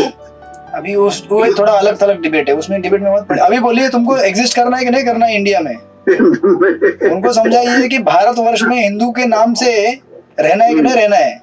रहना है तो अभी इंस्टेंटली पहले अपने आप को सुधारो, बाद में वो डिबेट किया जा सकता है। ये इंटरनल, ये तो फिर अपने धर्म के अंदर का इंटरनल कॉन्फ्लिक्ट है। राइट, ब्राह्मण सुपीरियर है कि शूद्र सुपीरियर है कि क्षत्रिय, वो अपना पहले अपने धर्म के अंदर तो आओ भैया, बेसिक एबीसीडी सीखो। राइट, हरे कृष्ण। एक्चुअली वो लोग जो लड़ते हैं ना प्रभु जी, वो लड़ते हैं जाति के ऊपर, और जो भगवान ने भगवत गीता में कहा है ना, चातु वर्ण माया सिस्टम गुणकर, वो ठीक से समझेंगे तो उनको समझ में आएगा। तो कब समझेंगे? तैयार नहीं, कब समझेंगे? जब आपको पेड़ा खिलाएंगे, प्रसाद देंगे, मंदिर बुलाएंगे, इस तरह भक्ति तो फेसबुक पे है, चलेगा। कोई भी माध्यम हो, फेसबुक हो, यूट्यूब हो, जहाँ से प्रचार कर सकते हैं, इस्कॉन का प्रचार कीजिए, उनको मंदिर में बुलाइए, धीरे धीरे फिर प्रचार कीजिए उसको। राइट जी जी।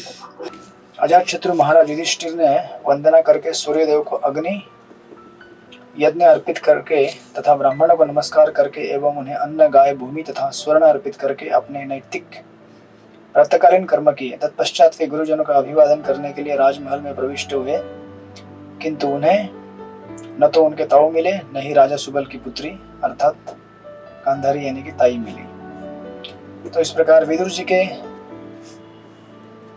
शुद्ध शब्दों से पवित्र होकर धृतराष्ट्र जी गृह त्याग कर देते हैं। नरोत्तम की अवस्था प्राप्त न कर पाए, संन्यास की भी अवस्था प्राप्त न कर पाए, लेकिन एटलीस्ट धीर बनने का प्रयास करने हेतु वो वन में निकल जाते हैं। उसका वर्णन यहाँ पे आ रहा है। और फिर 31वें श्लोक में,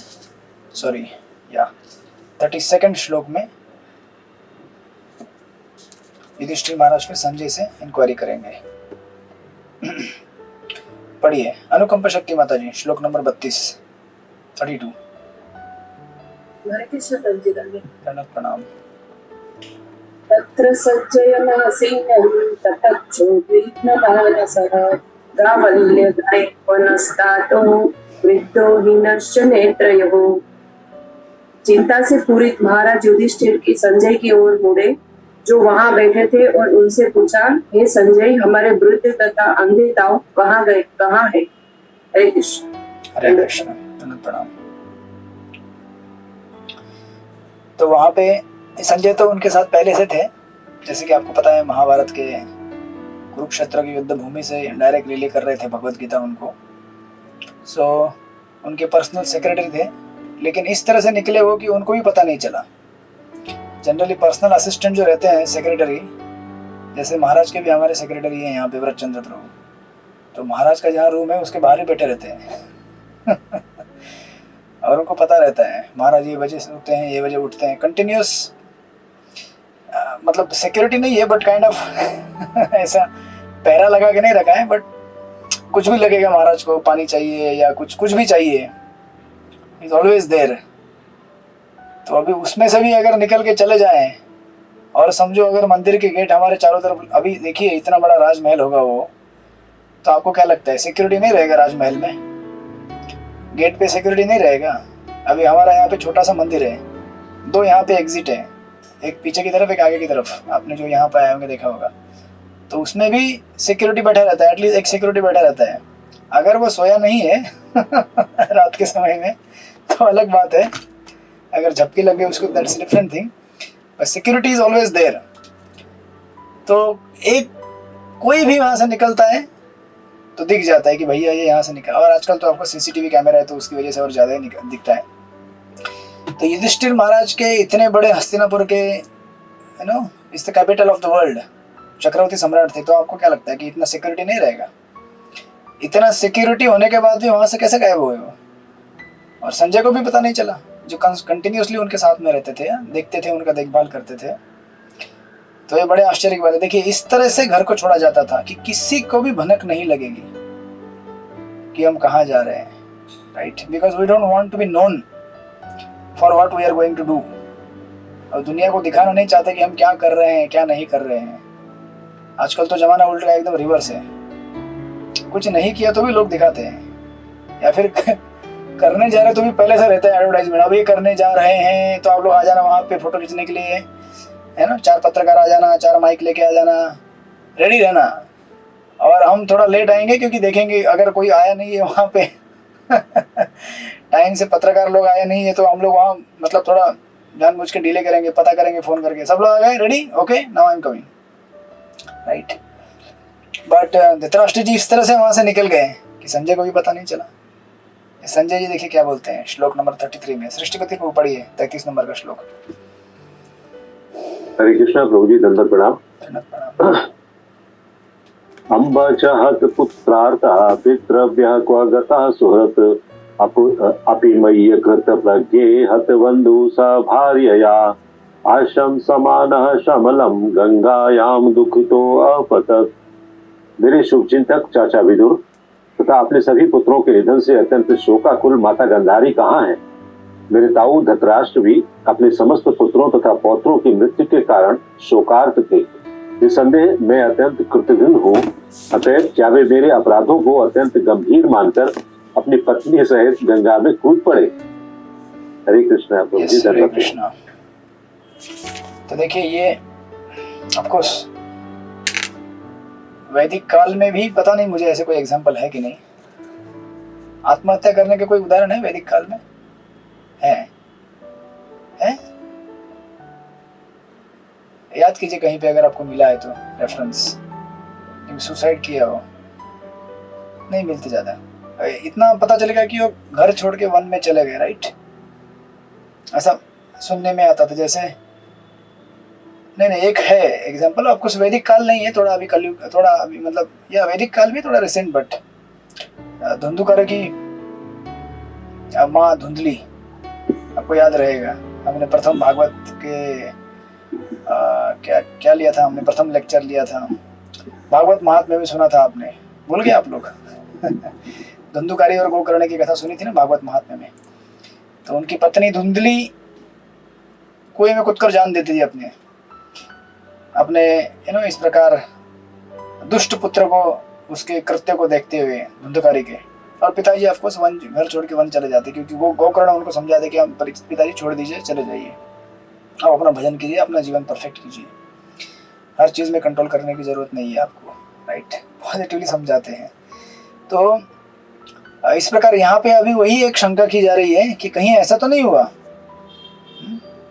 कि उन्होंने आत्महत्या तो नहीं की, राइट।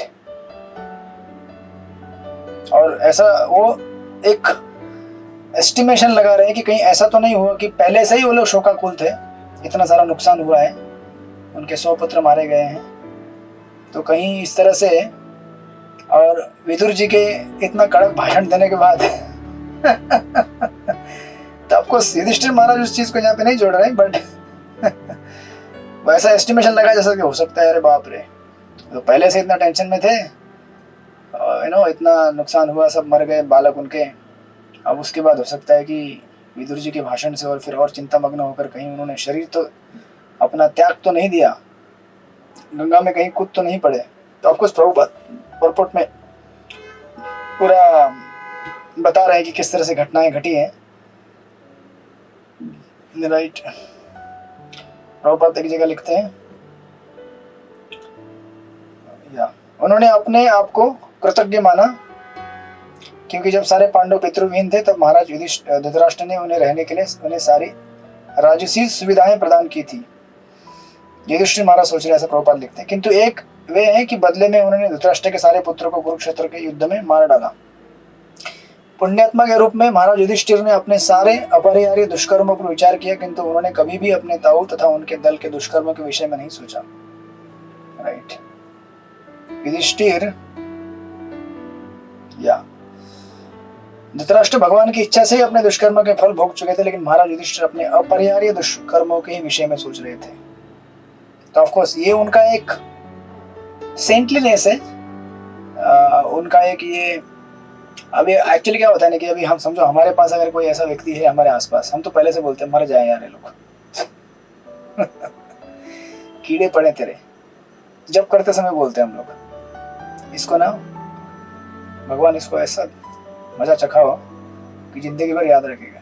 मैं भी बोलता हूँ कई बार बद्ध जीवों के लक्षण है ये।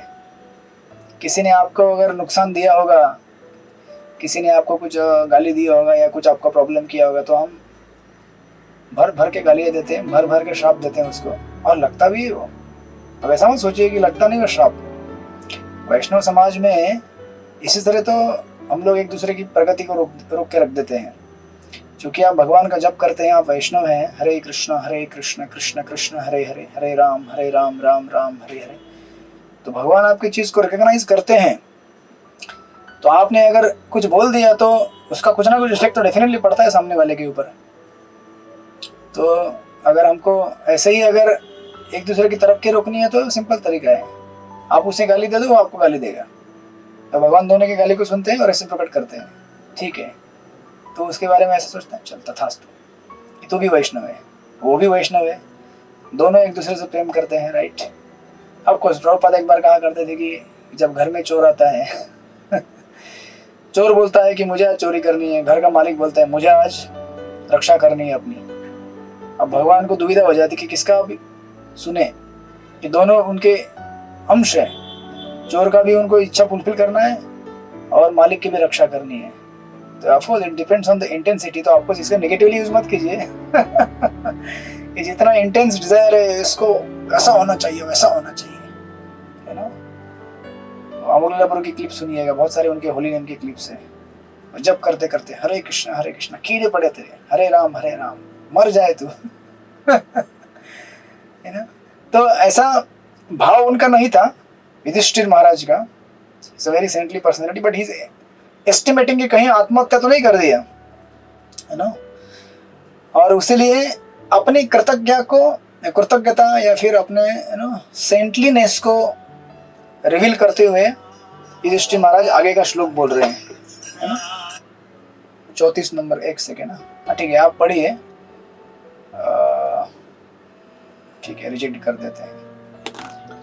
आप कौन पढ़ेंगे अभी? या सचिकेश्वरी माता जी पढ़ेंगे श्लोक नंबर 34, 34 नंबर का श्लोक। हरे कृष्णा, प्रणाम पढ़िए माता जी। पितर्यु परते पांडो सर्वांना सुहृद शिशून रक्षतां व्यसन्नता पितृव्यो को गतावित जब मेरे पिता पांडु की मृत्यु हो गई और हम सभी छोटे छोटे बालक थे, तो इन दोनों चाचा ताऊओं ने हमें समस्त प्रकार की विपत्तियों से बचाया था। वे सदैव हमारे शुभचिंतक रहे। हाय, वे यहाँ से कहाँ चले गए? हरे कृष्णा, दंडवत प्रणाम। दंडवत प्रणाम। हरे कृष्ण। हम अगर होते तो बोलते हैं अच्छा हुआ चले गए। अभी एक बार जाओगे, वापस आना भी मत। कभी कभी ऐसा होता है कि कुछ लोग ऐसे हमारे जीवन में होते हैं, हम उनका इंतजार करते हैं कि भाई ये कब निकल जाएगा यार। त्रस्त हो जाते हैं। कभी कुछ मेहमान घर में आते हैं, 2 दिन रहते हैं, 3 दिन रहते हैं, 4 दिन रहते हैं। एक हमारे मित्र हैं यहाँ पे, यहीं पे रहते हैं पास में, तो उनके घर में ऐसे गेस्ट आए थे। तो मतलब घर में एक 2 भाई हैं, तो प्रेगनेंसी हो गया था, तो बालक जन्म लिया, तो आगे गांव से बहुत सारे आते हैं, राजस्थान से बहुत सारे मित्र आए थे उनके। तो होता ये है कि मतलब 1, 2, 3, 4 दिन सेवा कर सकते हैं हम लोग, लेकिन कंटिन्यूसली अगर हो जाता है तो बर्डनसम होने लगता है फील।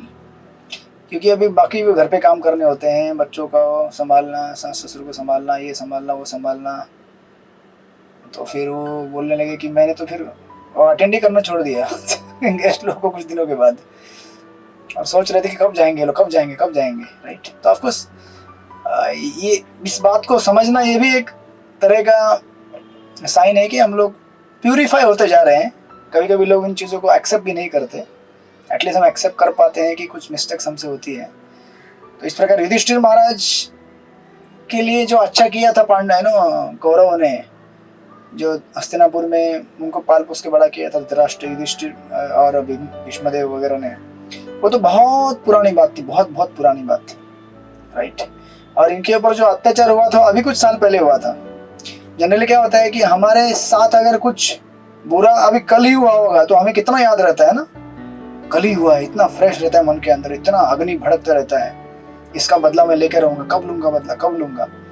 और युधिष्ठिर महाराज जैसे सत्यवत इतने सेंटली साधु पुरुष हैं कि कई वर्षों पूर्व उनके ऊपर जो किए गए उपकार अभी तक याद है उनको, और अभी जो इमीडिएट जो डिस्टेंट इमीडिएट पास्ट में जो उनके ऊपर तकलीफ हुई थी उसको याद नहीं कर रहे, और बोल रहे हैं कि उन्होंने हमको इतना विपत्तियों से बचाया, हमारा इतना सेवा किया, इतने शुभ चिंतक थे,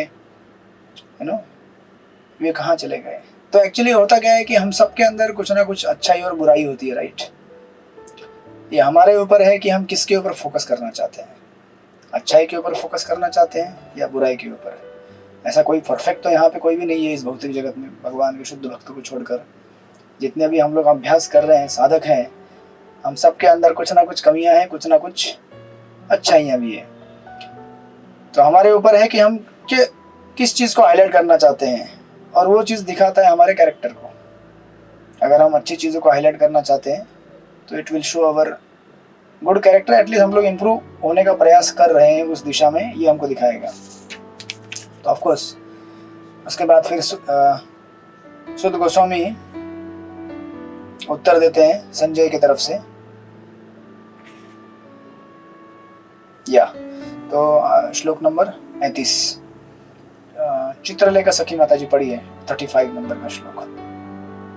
हरे कृष्णा, दंडवत प्रणाम। सूत उवाच कुतया स्नेह वक्तव्यस्तुतो विरह कर्षिता आत्मा ईश्वरम च क्षणो न प्रत्याह अतिपीडिता।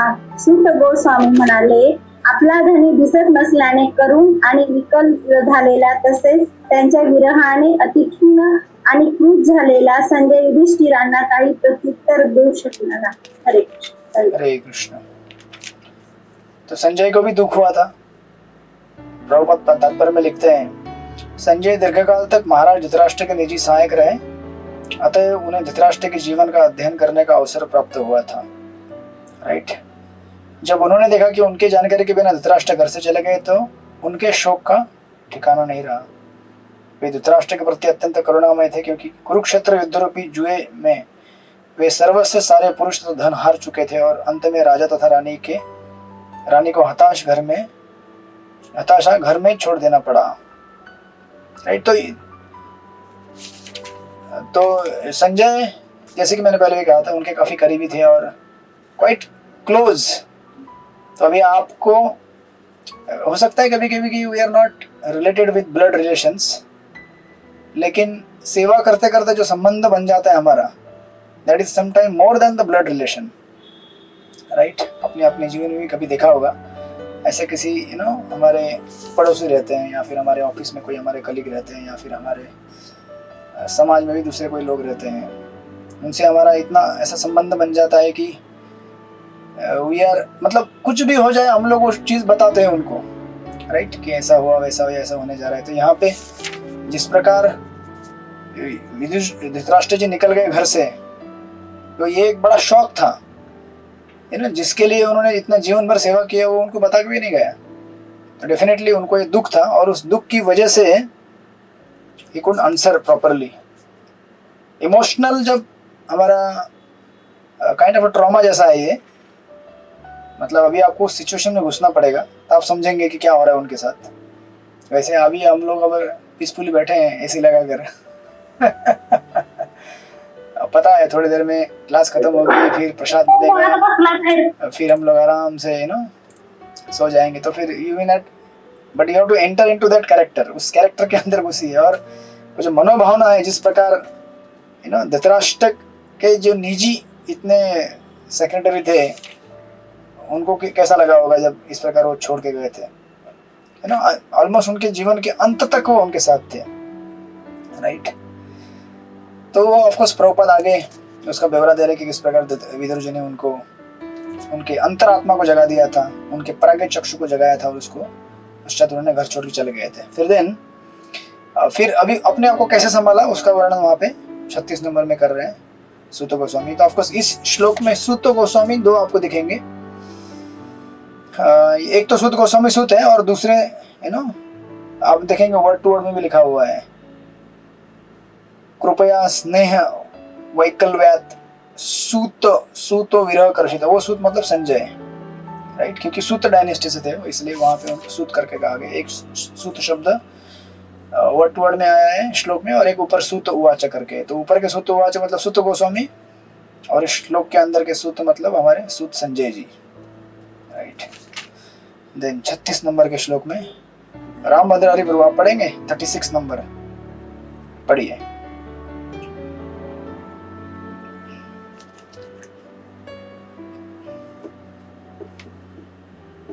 रामभद्र हरि प्रभु आप पढ़ेंगे, अगर थोड़ा लेट हो रहा है तो आगे वाला श्लोक पढ़िएगा। सखी प्राण प्रभु आप पढ़िए श्लोक नंबर 36। हरे कृष्णा, प्रणाम प्रभु। श्लोक संख्या 36। विमृज असुरुणी पाणिभ्याम विस्तभ्य आत्मना अज्ञात शत्रुम प्रत्युचे प्रभो पदो अनुस्मरम।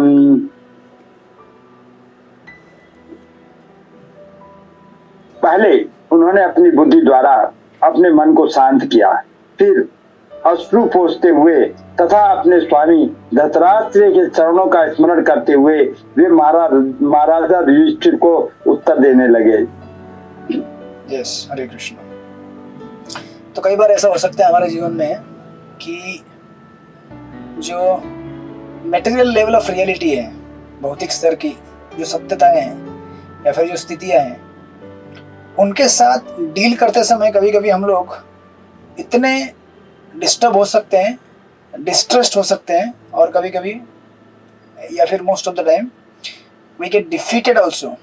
हम उस सिचुएशन से क्या हो जाते हैं, हार जाते हैं, और अपने आप को मेंटली स्टेबल नहीं कर पाते। लेकिन यहाँ पे देख सकते हैं आप कि धृतराष्ट्र ने संजय जी ने क्या किया, अपने स्वामी धृतराष्ट्र के चरणों का स्मरण किया। तो कभी कभी ऐसा होता है कि अगर हम किसी मेंटल ट्रॉमा में हैं तो हम उस सिचुएशन से बाहर आने के लिए sometime we may have to relate, अपने किसी दूसरे व्यक्ति से हमको उसको रिलेट करना जरूरी होता है, या फिर उस व्यक्ति से इससे काइंड ऑफ इसको क्या बोलेंगे, जैसे सिंपल भाषा में आप समझे तो जैसे हम लोग अभी तनाव में रहते हैं।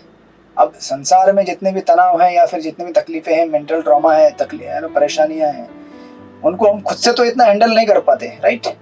इसलिए हमको, आपने तो ये बेसिक कोर्स में हर बार सीखा होगा कि हमको भगवान का नाम स्मरण करने के लिए कहा जाता है, हरे कृष्णा कृष्ण कृष्ण हरे हरे, हरे राम राम राम हरे हरे।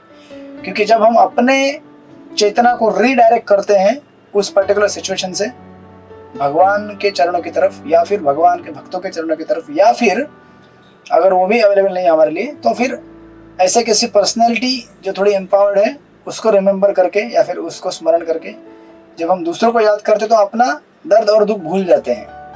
कई बार अभी तो ये अलग अलग लेवल्स हैं।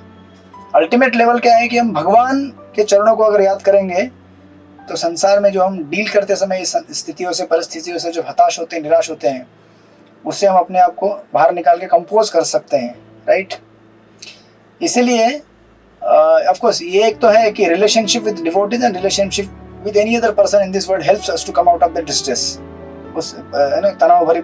इसलिए देखिए ना, आप कभी ऐसा दुखी होते हैं, कष्ट में होते हैं, तो आप एक बार अगर किसी को फ़ोन लगाते हैं, अपने मित्र को फ़ोन लगाते हैं या सहेली को फ़ोन लगाते हैं, अभी चाहे वो कभी कभी डिवोटी हो तो बढ़िया है, नहीं होगी तो भी आप ट्राई कर सकते हैं, उससे बात कर सकते हैं, उससे शेयर कर सकते हैं कि ऐसा ऐसा हो रहा है, ऐसा ऐसा हो गया, ये हो गया, हल्का होता है ना थोड़ा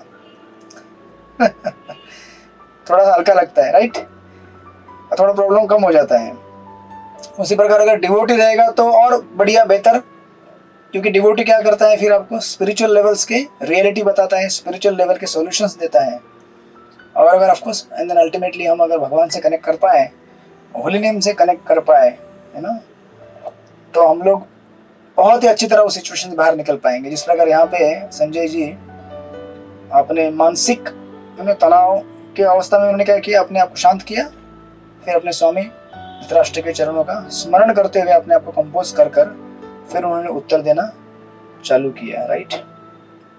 नहीं तो कई बार ऐसा होता है कि हम लोग अपने आप के ऊपर इतना कोसते रहते हैं, अपने आप को इतना सॉरी फीलिंग करते हैं कि मैं इतना दुखी हूँ, मैं इतना कष्टी हूँ।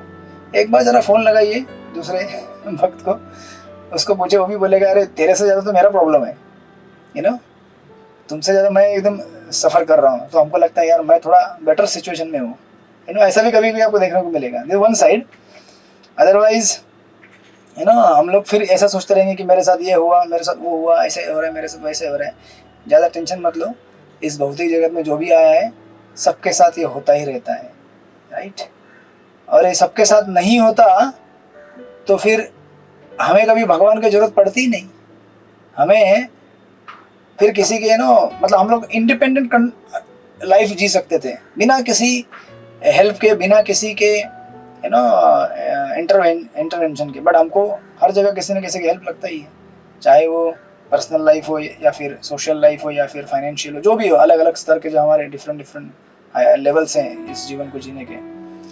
तो इसलिए उन्होंने ऑफकोर्स पर्पट में तो बहुत इलाबोरेट नहीं किया, बट दैट्स द इम्पोर्ट कि हम लोग अपने आप को रिलेट करें दूसरों के साथ उस समय, and then we can come out very easily out of that situation. तो रिलेशनशिप बहुत इंपॉर्टेंट है इसलिए। नहीं तो देखिए ये जो लोग, ऐसे कुछ भी लोग रहते हैं बहुत सारे जिनका किसी के साथ रिलेशनशिप अच्छा नहीं रहता ना, और एक बार उनके जीवन में तनाव आ गया तो फिर खत्म हो गए वो लोग। क्योंकि अपना दुख बांटने के लिए या फिर कभी कभी अपना सुख बांटने के लिए भी कोई रहता नहीं उनके पास, स्पेशली दुख बांटने के लिए। सुख तो बांटने के लिए ठीक है, क्योंकि सुख से सुख ही मिलता है, थोड़ा आनंद आता है, बट दुख बांटने के लिए कोई ना कोई तो होना चाहिए आपके पास। चाहे वो आपका स्पिरिचुअल पर्सनैलिटी हो, आप उसको रिमेम्बर करके उसको प्रे करेंगे, या फिर कोई आपका फ्रेंड हो उसके साथ शेयर करके आप बात करेंगे, that helps to come out of the distress. तो उस प्रकार अपने आप को कंपोज कर फिर संजय जी आगे बोलते हैं, यस राम भद्रित आप पढ़ेंगे श्लोक नंबर 37 पढ़िए, माइक अनम्यूट कीजिए, फिर पढ़िए। हरे कृष्ण बाबू जी, यस पढ़िए। विविद्या चोणी पाणिभ्याम विसिद्ध्याम आत्मात्मना अजातत्वं प्रत्युज्ये प्रभो पादवनम शरण। पहले उन्होंने बुद्धि द्वारा अपने मन को शांत किया, फिर अश्रु पोंछते हुए तथा अपने स्वामी धृतराष्ट्र के चरणों का स्मरण करते हुए वे महाराज युधिष्ठिर को उत्तर देने लगे। हरे कृष्ण। आगे वाला भी पढ़िए। ये तो हो चुका है। हाँ, आगे वाला भी पढ़िए। संजय वाचा न हम वेद देवसितम पित्रो कुलनंदना गांधार्या व महाबाहो मुझको अस्मि महात्मवी। संजय ने कहा, हे कुरुवंशी, मुझे आपके दोनों तावों तथा गांधारी के संकल्प का कुछ भी पता नहीं है। हे राजन, उन महात्माओं द्वारा मैं तो ठगा गया। हरे कृष्ण। यस, तो यहाँ पे एक सुंदर, ये प्रभुपाद कई बार कहा करते थे, great souls cheat for great cause. ये आपने कई बार सुना होगा, है ना। ये परपोर्ट में है प्रभुपाद के। तो सबसे पहले इंपॉर्टेंट चीज ये है कि जैसे आपने कभी कभी सुना होगा, लोग ऐसा ना, अभी ये यहाँ पे दो कॉन्ट्रास्ट वाली चीजें हैं। ग्रेट सोल, महान आत्मा है, चीट कैसे कर सकती है आपके साथ? दो अलग अलग चीजें हो गई। एक महान व्यक्ति आपके साथ छल नहीं कर सकता, बराबर ना। अगर हम ऐसा बोलते हैं कि उसने आपके साथ छल किया, तो मतलब वो क्या है? उसका प्रेम है। जैसे हम लोग बोलते हैं ना कभी कभी, यार तुमने इस्कॉन मिला के फंसा दिया हमको। बड़ा धोखा किया मेरे साथ, ना चाय पीने को मिलती है, ना कॉफी मिलता है, ना ये मिलता है, ना वो मिलता है, ये हो गया, वो सब खत्म कर दिया तुमने यार मेरा, है ना। एक हमारे भक्त है यहाँ पे, उनके साथ मैं मजाक करते रहता हूँ। तो ऐसे कभी बैठे रहते तो मैं बोलता हूँ कि तुम्हारा सारा भौतिक संसार नष्ट हो जाए, तो थोड़ा गुस्सा हो जाते हो। लेकिन कहने का तात्पर्य वो जब बताता हूँ मेरे को, तो देखिए, अगर हमारा भौतिक संसार अगर समाप्त हो जाए तो अच्छा है ना? नहीं अच्छा है, अच्छा नहीं है। आप लोग डर जाते हैं क्या? नहीं, आप भागवत के स्टूडेंट है, आप लोग डर नहीं सकते। गीता वाले स्टूडेंट थोड़े थोड़े डरते हैं शुरुआत में, लेकिन आप लोग भागवत वाले हैं, तो आप लोग को डरना नहीं चाहिए, क्योंकि यही तो हमारा उद्देश्य है।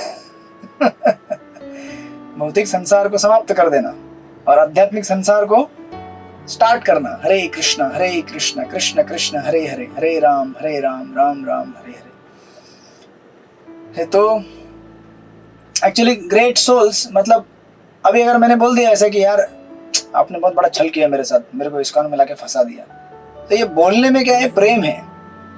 इट्स नॉट कि मैंने आपको छल किया। ये छल कैसा है? अच्छा वाला छल है, बुरा वाला छल नहीं है। ये जो कपट है, कपट नहीं है वो। लेकिन ये अच्छा वाला है, राइट। तो उसी प्रकार यहाँ पे बोल रहे हैं कि मैं उन महात्माओं द्वारा मैं तो ठगा गया, राइट। अब प्रभुपाद परपोर्ट की पहली लाइन लिखते हैं, यह जानकर आश्चर्य होगा कि महात्मा अन्यों को धोखा देते हैं। ऐसा भी होता है क्या? ग्रेट सोल ऑल्सो चीट, किंतु यह तथ्य है कि महात्मा महत् कार्य के लिए अन्यों को ठगते हैं। ये जानना बहुत इंपॉर्टेंट है। Great souls cheat for great cause, right. अब देखिए वहां पे उदाहरण दे रहे, कहा जाता है कि भगवान कृष्ण ने युधिष्ठिर को सलाह दी थी कि वे द्रोणाचार्य के समक्ष असत्य बोले, और यह एक महान उद्देश्य के लिए था, राइट। अब आगे लिखते हैं प्रभुपाद, जो प्रामाणिक भक्त है उसके समक्ष एकमात्र कसौटी है भगवान की प्रसन्नता, और उसके जीवन की चरम सिद्धि यह है कि वह अपने धर्म द्वारा भगवान को प्रसन्न किया जाए, राइट। यह गीता तथा भागवत का निर्णय है। गांधारी समय धृतराष्ट्र तथा विदुर ने संजय से अपना संकल्प प्रकट नहीं किया। तो of course coming back to the point कि या जब कभी कभी ऐसा होता है ना कि आपके साथ रहने वाले जो लोग रहते हैं, समझो आपके घर में आपके बालक हैं या फिर पति पत्नी माता पिता जो भी रहेंगे आपके साथ में, तो हमें हमेशा कंसर्न रहता है, चिंता रहती है। आजकल तो इतना चिंता होता है कि घर से बालक निकला नहीं, तुरंत फोनाफोनी चालू हो जाती है, बालक कहाँ पहुंच गया, मम्मी मैं रिक्शा में बैठा हूँ, बालक कहाँ पहुंच गया, मम्मी मैं रिक्शा से उतरा हूँ, बालक कहाँ पहुंच गया, मम्मी मैं अभी कॉलेज की सीढ़ियां चढ़ रहा हूँ, मुझे क्लास में बैठने दो, फोन मत करो बार बार। इतना ट्रैकिंग ट्रेसिंग होता है, बिकॉज नेचुरल है, अफेक्शन की वजह से, कंसर्न की वजह से, राइट। तो जनरली हमारे साथ जो रहने वाले लोग हैं, कहीं भी जाते हैं तो उनको बता के जाते हैं कि मैं यहाँ जा रही हूँ, यहाँ जाता हूँ, मैं इतने दिन के बाद आऊँगा।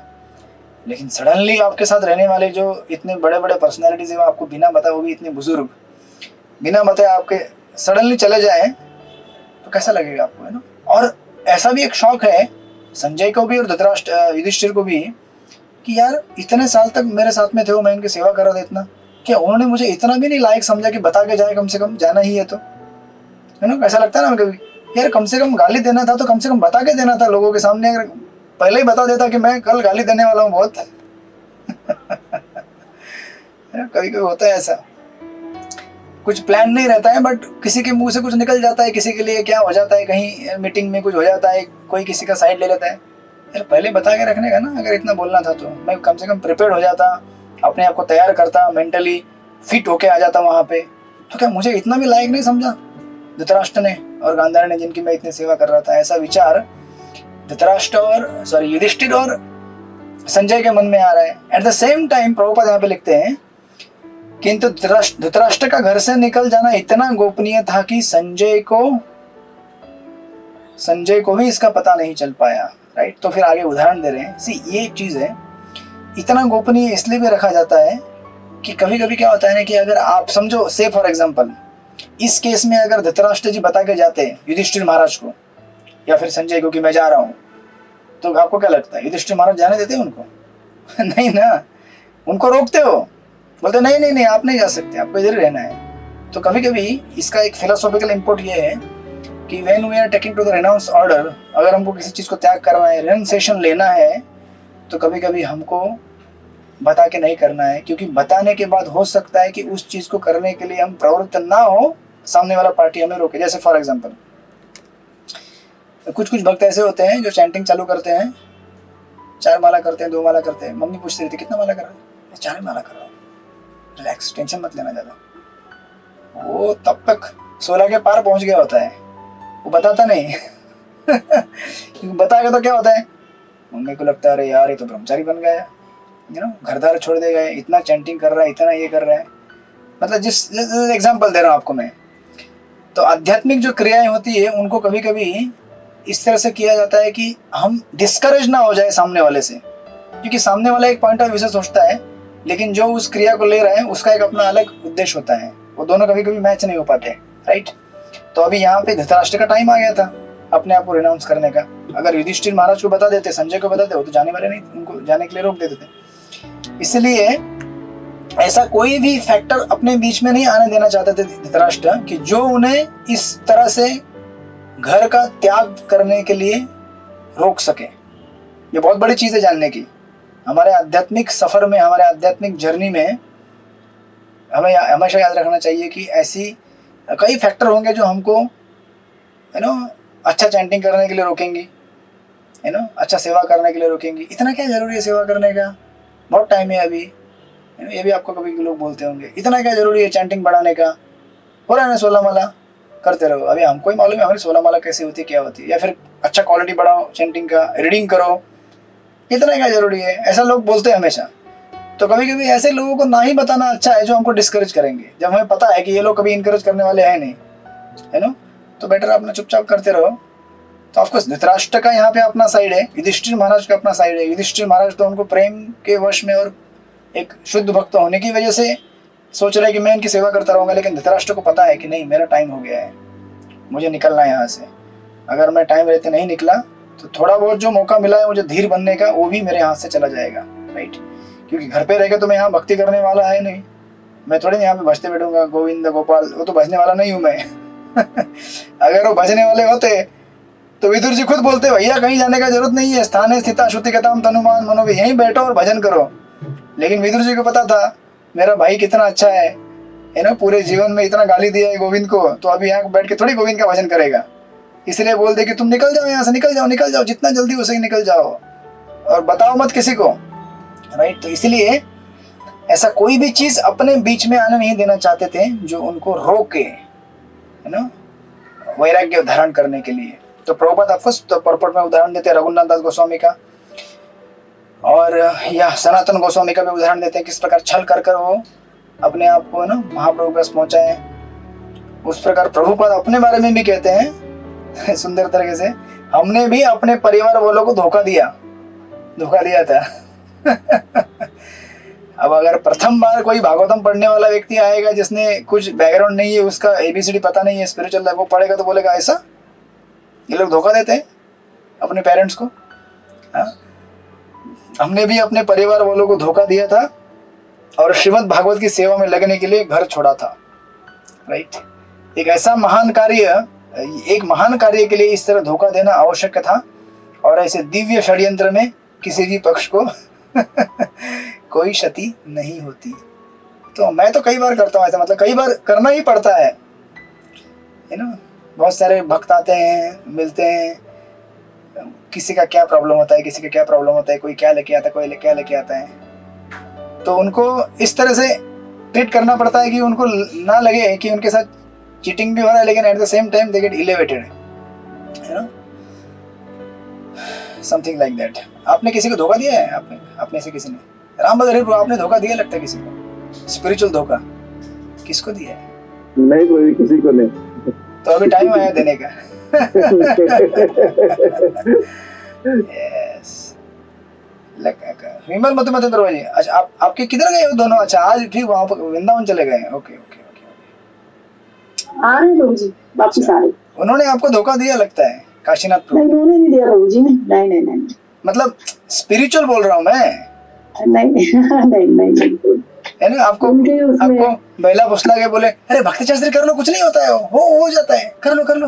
ये उन्होंने उनकी थी प्रभु जी, उन्हीं के कारण मैं यहाँ पे। तो मैं वही बोल रहा हूँ। तो भक्ति वैभव स्टार्ट करना था तो मैंने उनको बिल्कुल स्ट्रेट फॉरवर्ड डिनाई किया था कि मैं नहीं कर पाऊंगी, मेरे सर्कमस्टांसेस भी नहीं है इतना। नहीं आप एक बार स्टार्ट करो, कुछ नहीं है प्रभु जी, बहुत अच्छे हैं, बहुत लीनियंट है, आप स्टार्ट तो करो। हो बस फिर एक बार स्टार्ट हो जाता है प्रभु जी, फिर नहीं छोड़ा जाता। बस हमारे भक्ति शास्त्री वाले स्टूडेंट को अच्छी तरह पता है। मैंने गीता के 2nd अध्याय में कितने क्वेश्चन दिए थे? पहले 6 अध्याय के 500 क्वेश्चन दिए थे, आपको याद रहेगा तो। उनको लगा प्रभु जी बहुत लीनियंट है, क्वेश्चन आंसर देते हैं, लेकिन राउंड में घुमा के उन्होंने उतना ही काम करवाया जितना बाकी लोग कराते हैं एवरेज। राइट? नहीं, सबसे बड़ा चीज है तो आप जो क्वेश्चन देते हो आंसर साथ में दे देते हो, उतना नहीं पता है। काफी टाइम बच जाता है उसमें। लेकिन वॉल्यूम भी उतना रहता था ना।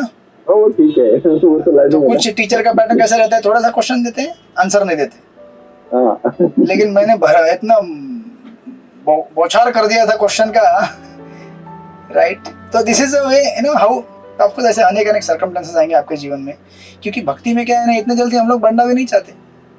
तो हमारे आध्यात्मिक गुरु स्पिरिचुअल मास्टर बहुत स्मार्ट रहते हैं, वो बराबर आपको समझाते हैं, इसको बराबर लाइन पे लेंगे, ठीक है, बुलाते एक दिन आ जाओ मंदिर में। हमको भी ऐसे बुलाया था यहाँ पे, हमारे जो टीचर थे यहाँ पे हॉस्टल में, हम लोग प्रचार करते थे चर्चगेट में, वे आ जाओ मंदिर में, ऐसे प्रसाद लेंगे, मजा करें। हमको क्या पता है यहाँ पे आगे तो हम धीरे धीरे गोपीनाथ के दर्शन से इतने आकृष्ट हो जाएंगे, भक्तों को देखकर इतना आकृष्ट हो जाएंगे कि बोलेंगे अभी तो बस यहीं पे रहना है। ऐसे घुमा फिरा के इस तरह से हाईजैक किया जाता है। राइट? तो आपको this is for good cause, एक महान कार्य के लिए इस तरह से धोखा देना आवश्यक था। राइट? और इस दिव्य षड्यंत्र में किसी का नुकसान नहीं होता है। मेरी माँ पहले रोती थी बहुत, मेरा बच्चा न तो घर वापस आ जा, न तो घर वापस आ जा। अब बोलती है कि उधर ही रहे। अब मुझे टेंशन आता है। बोलते अभी वापस मत आना, क्योंकि बड़े भाई की शादी हो गई, छोटे भाई की शादी हो गई, सिस्टर की हो गई, तो सब देख लिया उसने पूरा संसार। तो बोलते नहीं तू जहाँ है ना वही अच्छा है, अच्छा तू वहीं रहे, मुझे कोई बहू भी नहीं चाहिए, मैंने देख लिया, बहुत बहू वगैरह बहुत देख ली मैंने। तो ऐसे स्पिरिचुअल लाइफ में ऐसा आपको देखेगा कोई बार, पहले वो लोग मना करते हैं, हम लोग इतना जोर लगाते हैं बाद में, लेकिन वो लोग पूरी तरह से एम्ब्रेस कर लेते हैं आपको। नहीं आप अच्छे हो, भक्ति कर रहे हो ना, 16 माला कर रहे हो, चाहे गृहस्थ हो या ब्रह्मचारी, कोई भी करते रहो। फिर पूरा बॉल हमारे कोर्ट में आ जाता है। तो अभी तो यार अभी सीरियस होना पड़ेगा। Right? Something like that. Then फिर अभी ये 38 तो नहीं, बट आगे वाले श्लोक से, या 38 वाले श्लोक में कंक्लूड करते हैं फिर। या पढ़िए हरिपरन प्रभु, पढ़िए 38 वाला श्लोक। हरे कृष्ण, प्रणाम जी। आज गामा भगवान नारद सह तुम गुरु तथा अभिवाद्य अहास्य अनुज अभिवचन मुने। जब संजय इस प्रकार बोल रहे थे तो शक्ति संपन्न देवी पुरुष श्री नारद अपना तंबूरा लिए हुए वहां प्रकट हुए। महाराज युधिष्ठिर ने अपने भाइयों समेत अपने अपने आसन से उठकर प्रणाम करते हुए उनका विधिवत स्वागत किया। देखिए ये नारद जी की स्पेशलिटी है, जहाँ क्राइसिस रहता है वहां पे अपने आप मौजूद हो जाते हैं। ध्रुव महाराज के लिए अपने आप प्रकट हो गए, प्रहलाद के लिए प्रकट हो गए। राइट? जब बालक नारद, सॉरी या तो वो तो खुद थे बालक नारद उनके पूर्व जीवन में, और जैसे यहाँ पे क्राइसिस हुआ है यहाँ भी प्रकट हो गए। उनका स्पेशलिटी है, जहाँ जरूरत पड़ती है वहाँ इमीडिएटली अपने आप को प्रेजेंट करा देते हैं। अब हुआ क्या है यहाँ पे देखिए, संजय भी एकदम तनाव में है, धतरा और युधिष्ठिर भी तनाव में है। दो तनाव वाले व्यक्ति जब मिलते हैं तो तनाव और बढ़ जाता है, कम नहीं होता है। ये भी डिस्ट्रेस में, वो भी डिस्ट्रेस में, दोनों मिलके अरे हाय ऐसा हुआ, दोनों मिलके तनाव को और बढ़ा देते हैं।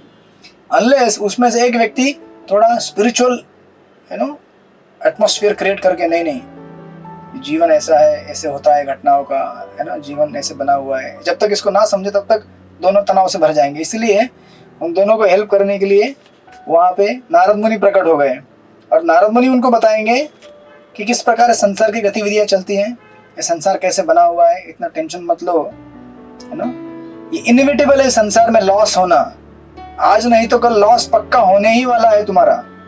ये मत सोचो कि तुम डिले करके उस लॉस को टाल सकोगे, नहीं टाल सकते हम लोग, नहीं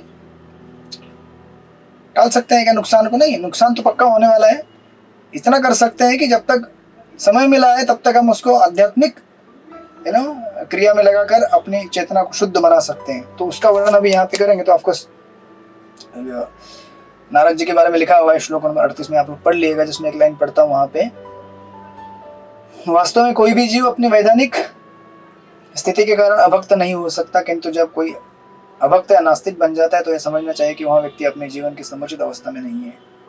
ऐसे भगवान के विश्वास पात्र भक्त ऐसे मोहग्रस्त जीवों का उपचार करते हैं, अतएव वे भगवान की नजरों में प्रिय माने जाते हैं। उसमें से एक नारद है जो इस प्रकार ऐसे, है ना, जगहों पे पहुंच जाते हैं जहाँ पे जरूरत है उनके प्रचार की। देन युधिष्ठिर महाराज पूछते हैं श्लोक नंबर 39 में, बरसाना किशोरी माता जी पढ़िए श्लोक नंबर 39।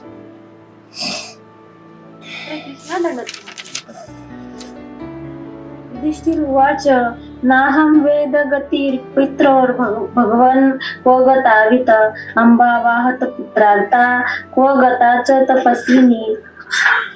युधिष्ठिर म्हणाले, हे देवर्षे, माझे दोन्ही चुलते कोठे गेले ते मला कळत नाही।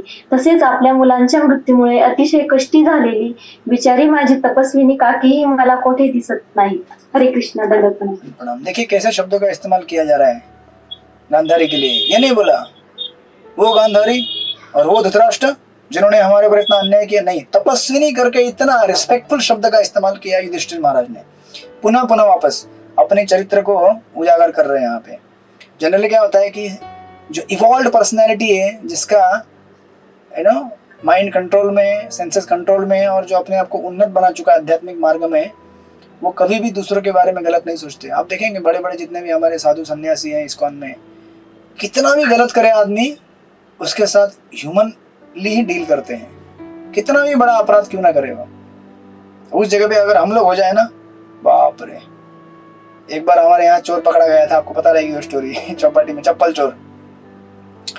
तो उसको पकड़ा तो हमारे कुछ ब्रह्मचारी थे जिन्होंने बहुत साल से हाथ साफ नहीं किया था, बस थोड़ा ऐसा किया उन्होंने, चोर को ऐसे पीटा, बाप रे। आपको इतना ही नहीं किया, मतलब हाथ सफाई किया अच्छा खासा, पर उसको छोड़ दिया। बताने का तरीका ये है कि आपको उसको ट्रीटमेंट देना चाहिए वैसा, और हमारे ऊपर नहीं पुलिस करेगी वो, बट समटाइम ऐसा होता है कि हम लोग अपने आप के ऊपर सिचुएशन ले लेते हैं। तो युधिष्ठिर महाराज का कॉन्शियसनेस इतना इवॉल्व है कि अपने प्रति किए गए दुष्कर्मों को भूलते हुए उनके प्रति क्या कर रहे हैं, स्नेह का संबंध। और तपस्विनी करके, ऑफकोर्स तपस्विनी क्यों थी आप सबको पता है, गांधारी इतनी पतिव्रता और तपस्विनी थी। प्रभुपाद ने भी परपोर्ट में लिखा हुआ है, वो आप लोग जानते हैं, पढ़ते हैं, आपने सुना है पहले भी। बट युधिष्ठिर महाराज इस चीज को यहाँ पे हाईलाइट करा रहे हैं। और जनरली क्या होता है कि हम लोग किसी भी व्यक्ति के बारे में अच्छा कब बोलते हैं, जब वो व्यक्ति हमारे सामने हो, नहीं? जैसे अगर हम इस ग्रुप में अभी हैं तो हम सबके बारे में अच्छा ही बोलेंगे, किसी के बारे में बुरा मत बोलना बाद में भी। बट जनरली अगर भक्तों का समूह रहेगा तो वहां पे सब लोग अच्छा ही बोलते हैं, क्योंकि सोशल प्रेशर रहता है ना, वो बुरा कैसे किसी के बारे में बोलेंगे, एक कल्चर रहता है सोसाइटी का। लेकिन आप उस व्यक्ति के बारे में क्या सोचते हैं वो स्पेशली पता चलता है जब आप उसके अब्सेंस में क्या सोचते हैं उसके बारे में। बड़ा आया था, इतना बड़ा डिंगे हाँक रहा था, मेरे को 100 मार्क्स मिले, मेरे को 100 मार्क्स मिले, पता है मेरे को कैसे पेपर लिखा है, सारा कॉपी करके लिखा है, मुझे पता है ना, ऐसा। तो आपको दिस इज वन एग्जांपल कि हम लोग व्यक्ति के सामने क्या बोलते हैं और उसके पीछे क्या बोलते हैं, उसके एब्सेंस में ये दिखाता है कि हम उस व्यक्ति के बारे में क्या धारणा रखते हैं। तो आप सब अपने अपने जीवन में टटोल के देख लीजिए, मेरे साथ भी ऐसा होता है कई बार। जैसे कितने भक्त हैं, उनके साथ में पब्लिक में एकदम ऐसा जैसे मानो उनके लिए मेरा जैसा कोई जिगरी दोस्त है ही नहीं, ए मेरा लाल, मेरा यार। जैसे ही वहां से निकल गए, लाल बहुत बड़ा लाल है ये, बहुत धोखाधड़ी करता है, पुराने पुराने भाव आ जाते हैं, कभी उसने कुछ गलत किया होगा हमारे साथ या कुछ बोला होगा हमको या हमारा नुकसान हुआ होगा, राइट। तो ये हमें सीखने लायक चीज़ें यहाँ पे। युधिष्ठिर महाराज इतने रिस्पेक्टफुल हैं कि अपने खुद तनाव में है लेकिन उनके तनाव की स्थिति को भी एक्नॉलेज कर रहे हैं, राइट। एंड देन 40वें श्लोक में नारद मुनि को एड्रेस करते हैं। रमेश मोदी को पढ़िए श्लोक नंबर 40। हरे कृष्ण। वो दंडवत प्रणाम। कर्णधारिवापारे भगवान पार्दसक अथाभासे भगवान नारदो मुनि सतम।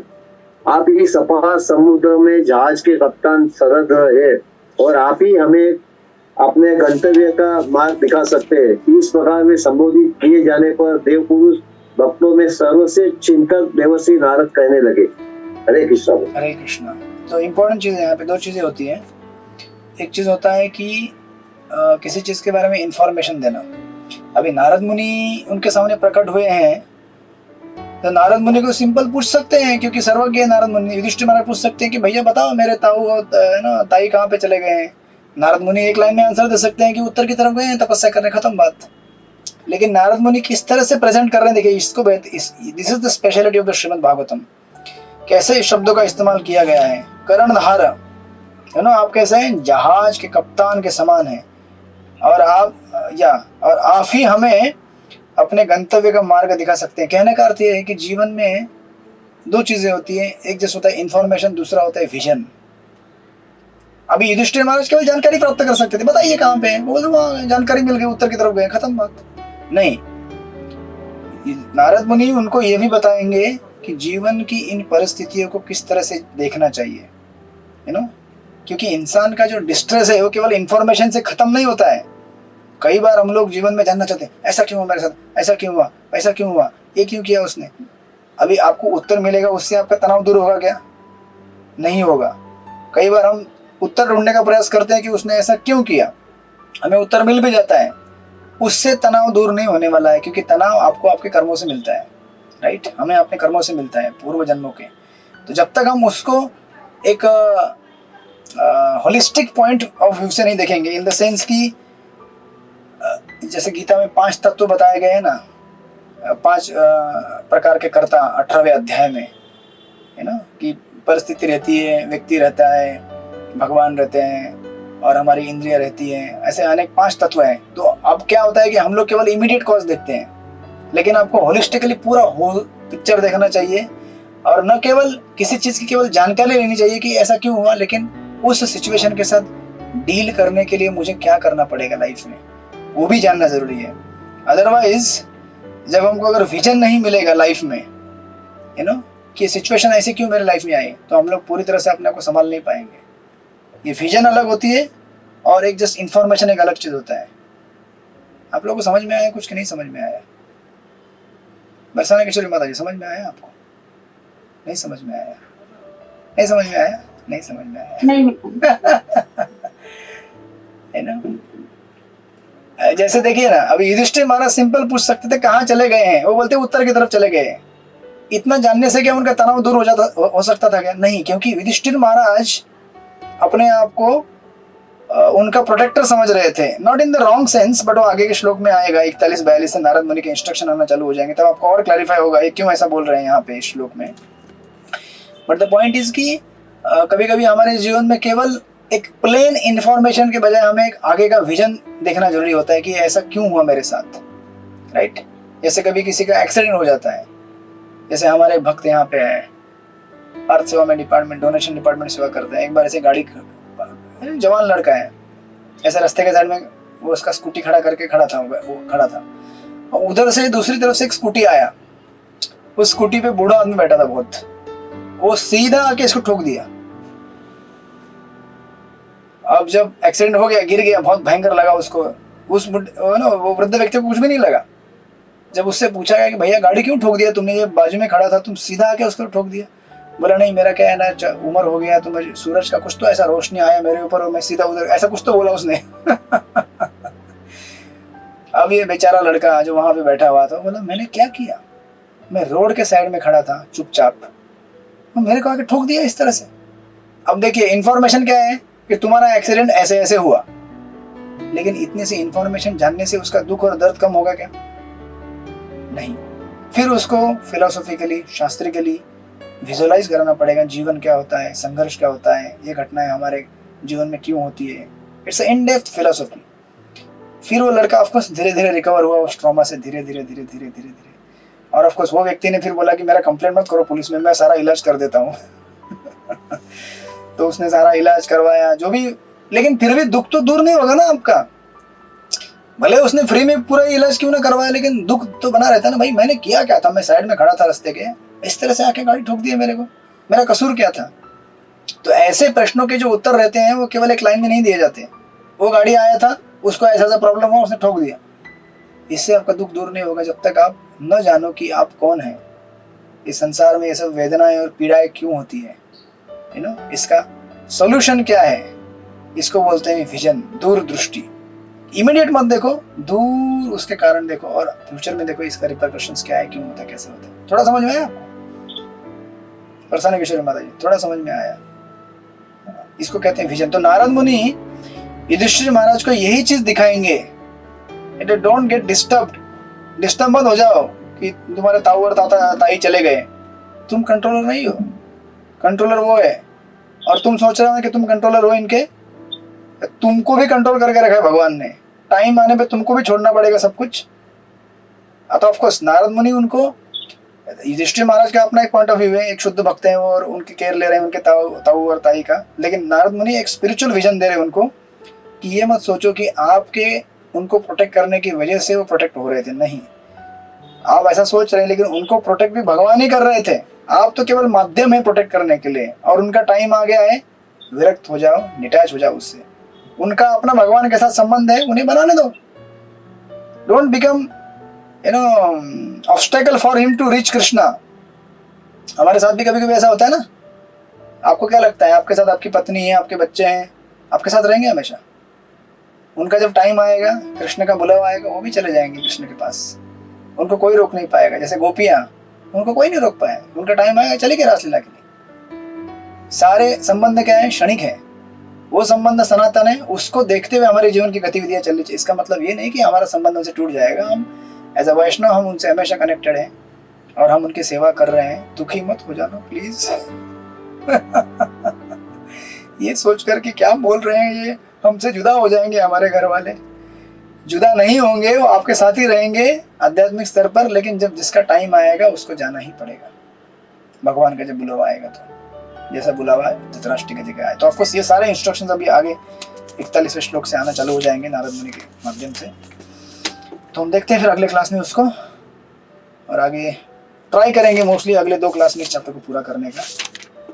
नहीं तो आप बोलेंगे यार हिंदी वालों, इंग्लिश वालों का तो सेकंड कैंटो भी होने को आया है, हमारा तो केवल इतना ही चल रहा है। हो जाएगा, आगे वाले चैप्टर थोड़े डिस्क्रिप्टिव नहीं है, हो जाएगा पूरा।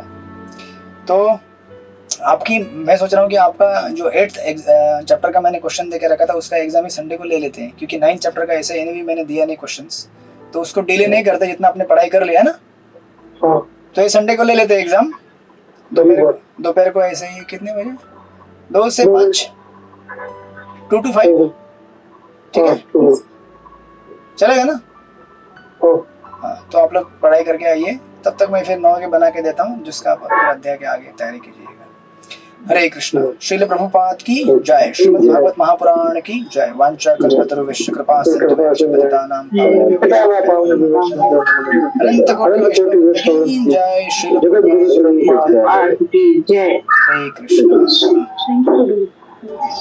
हरे कृष्ण। हरे कृष्ण।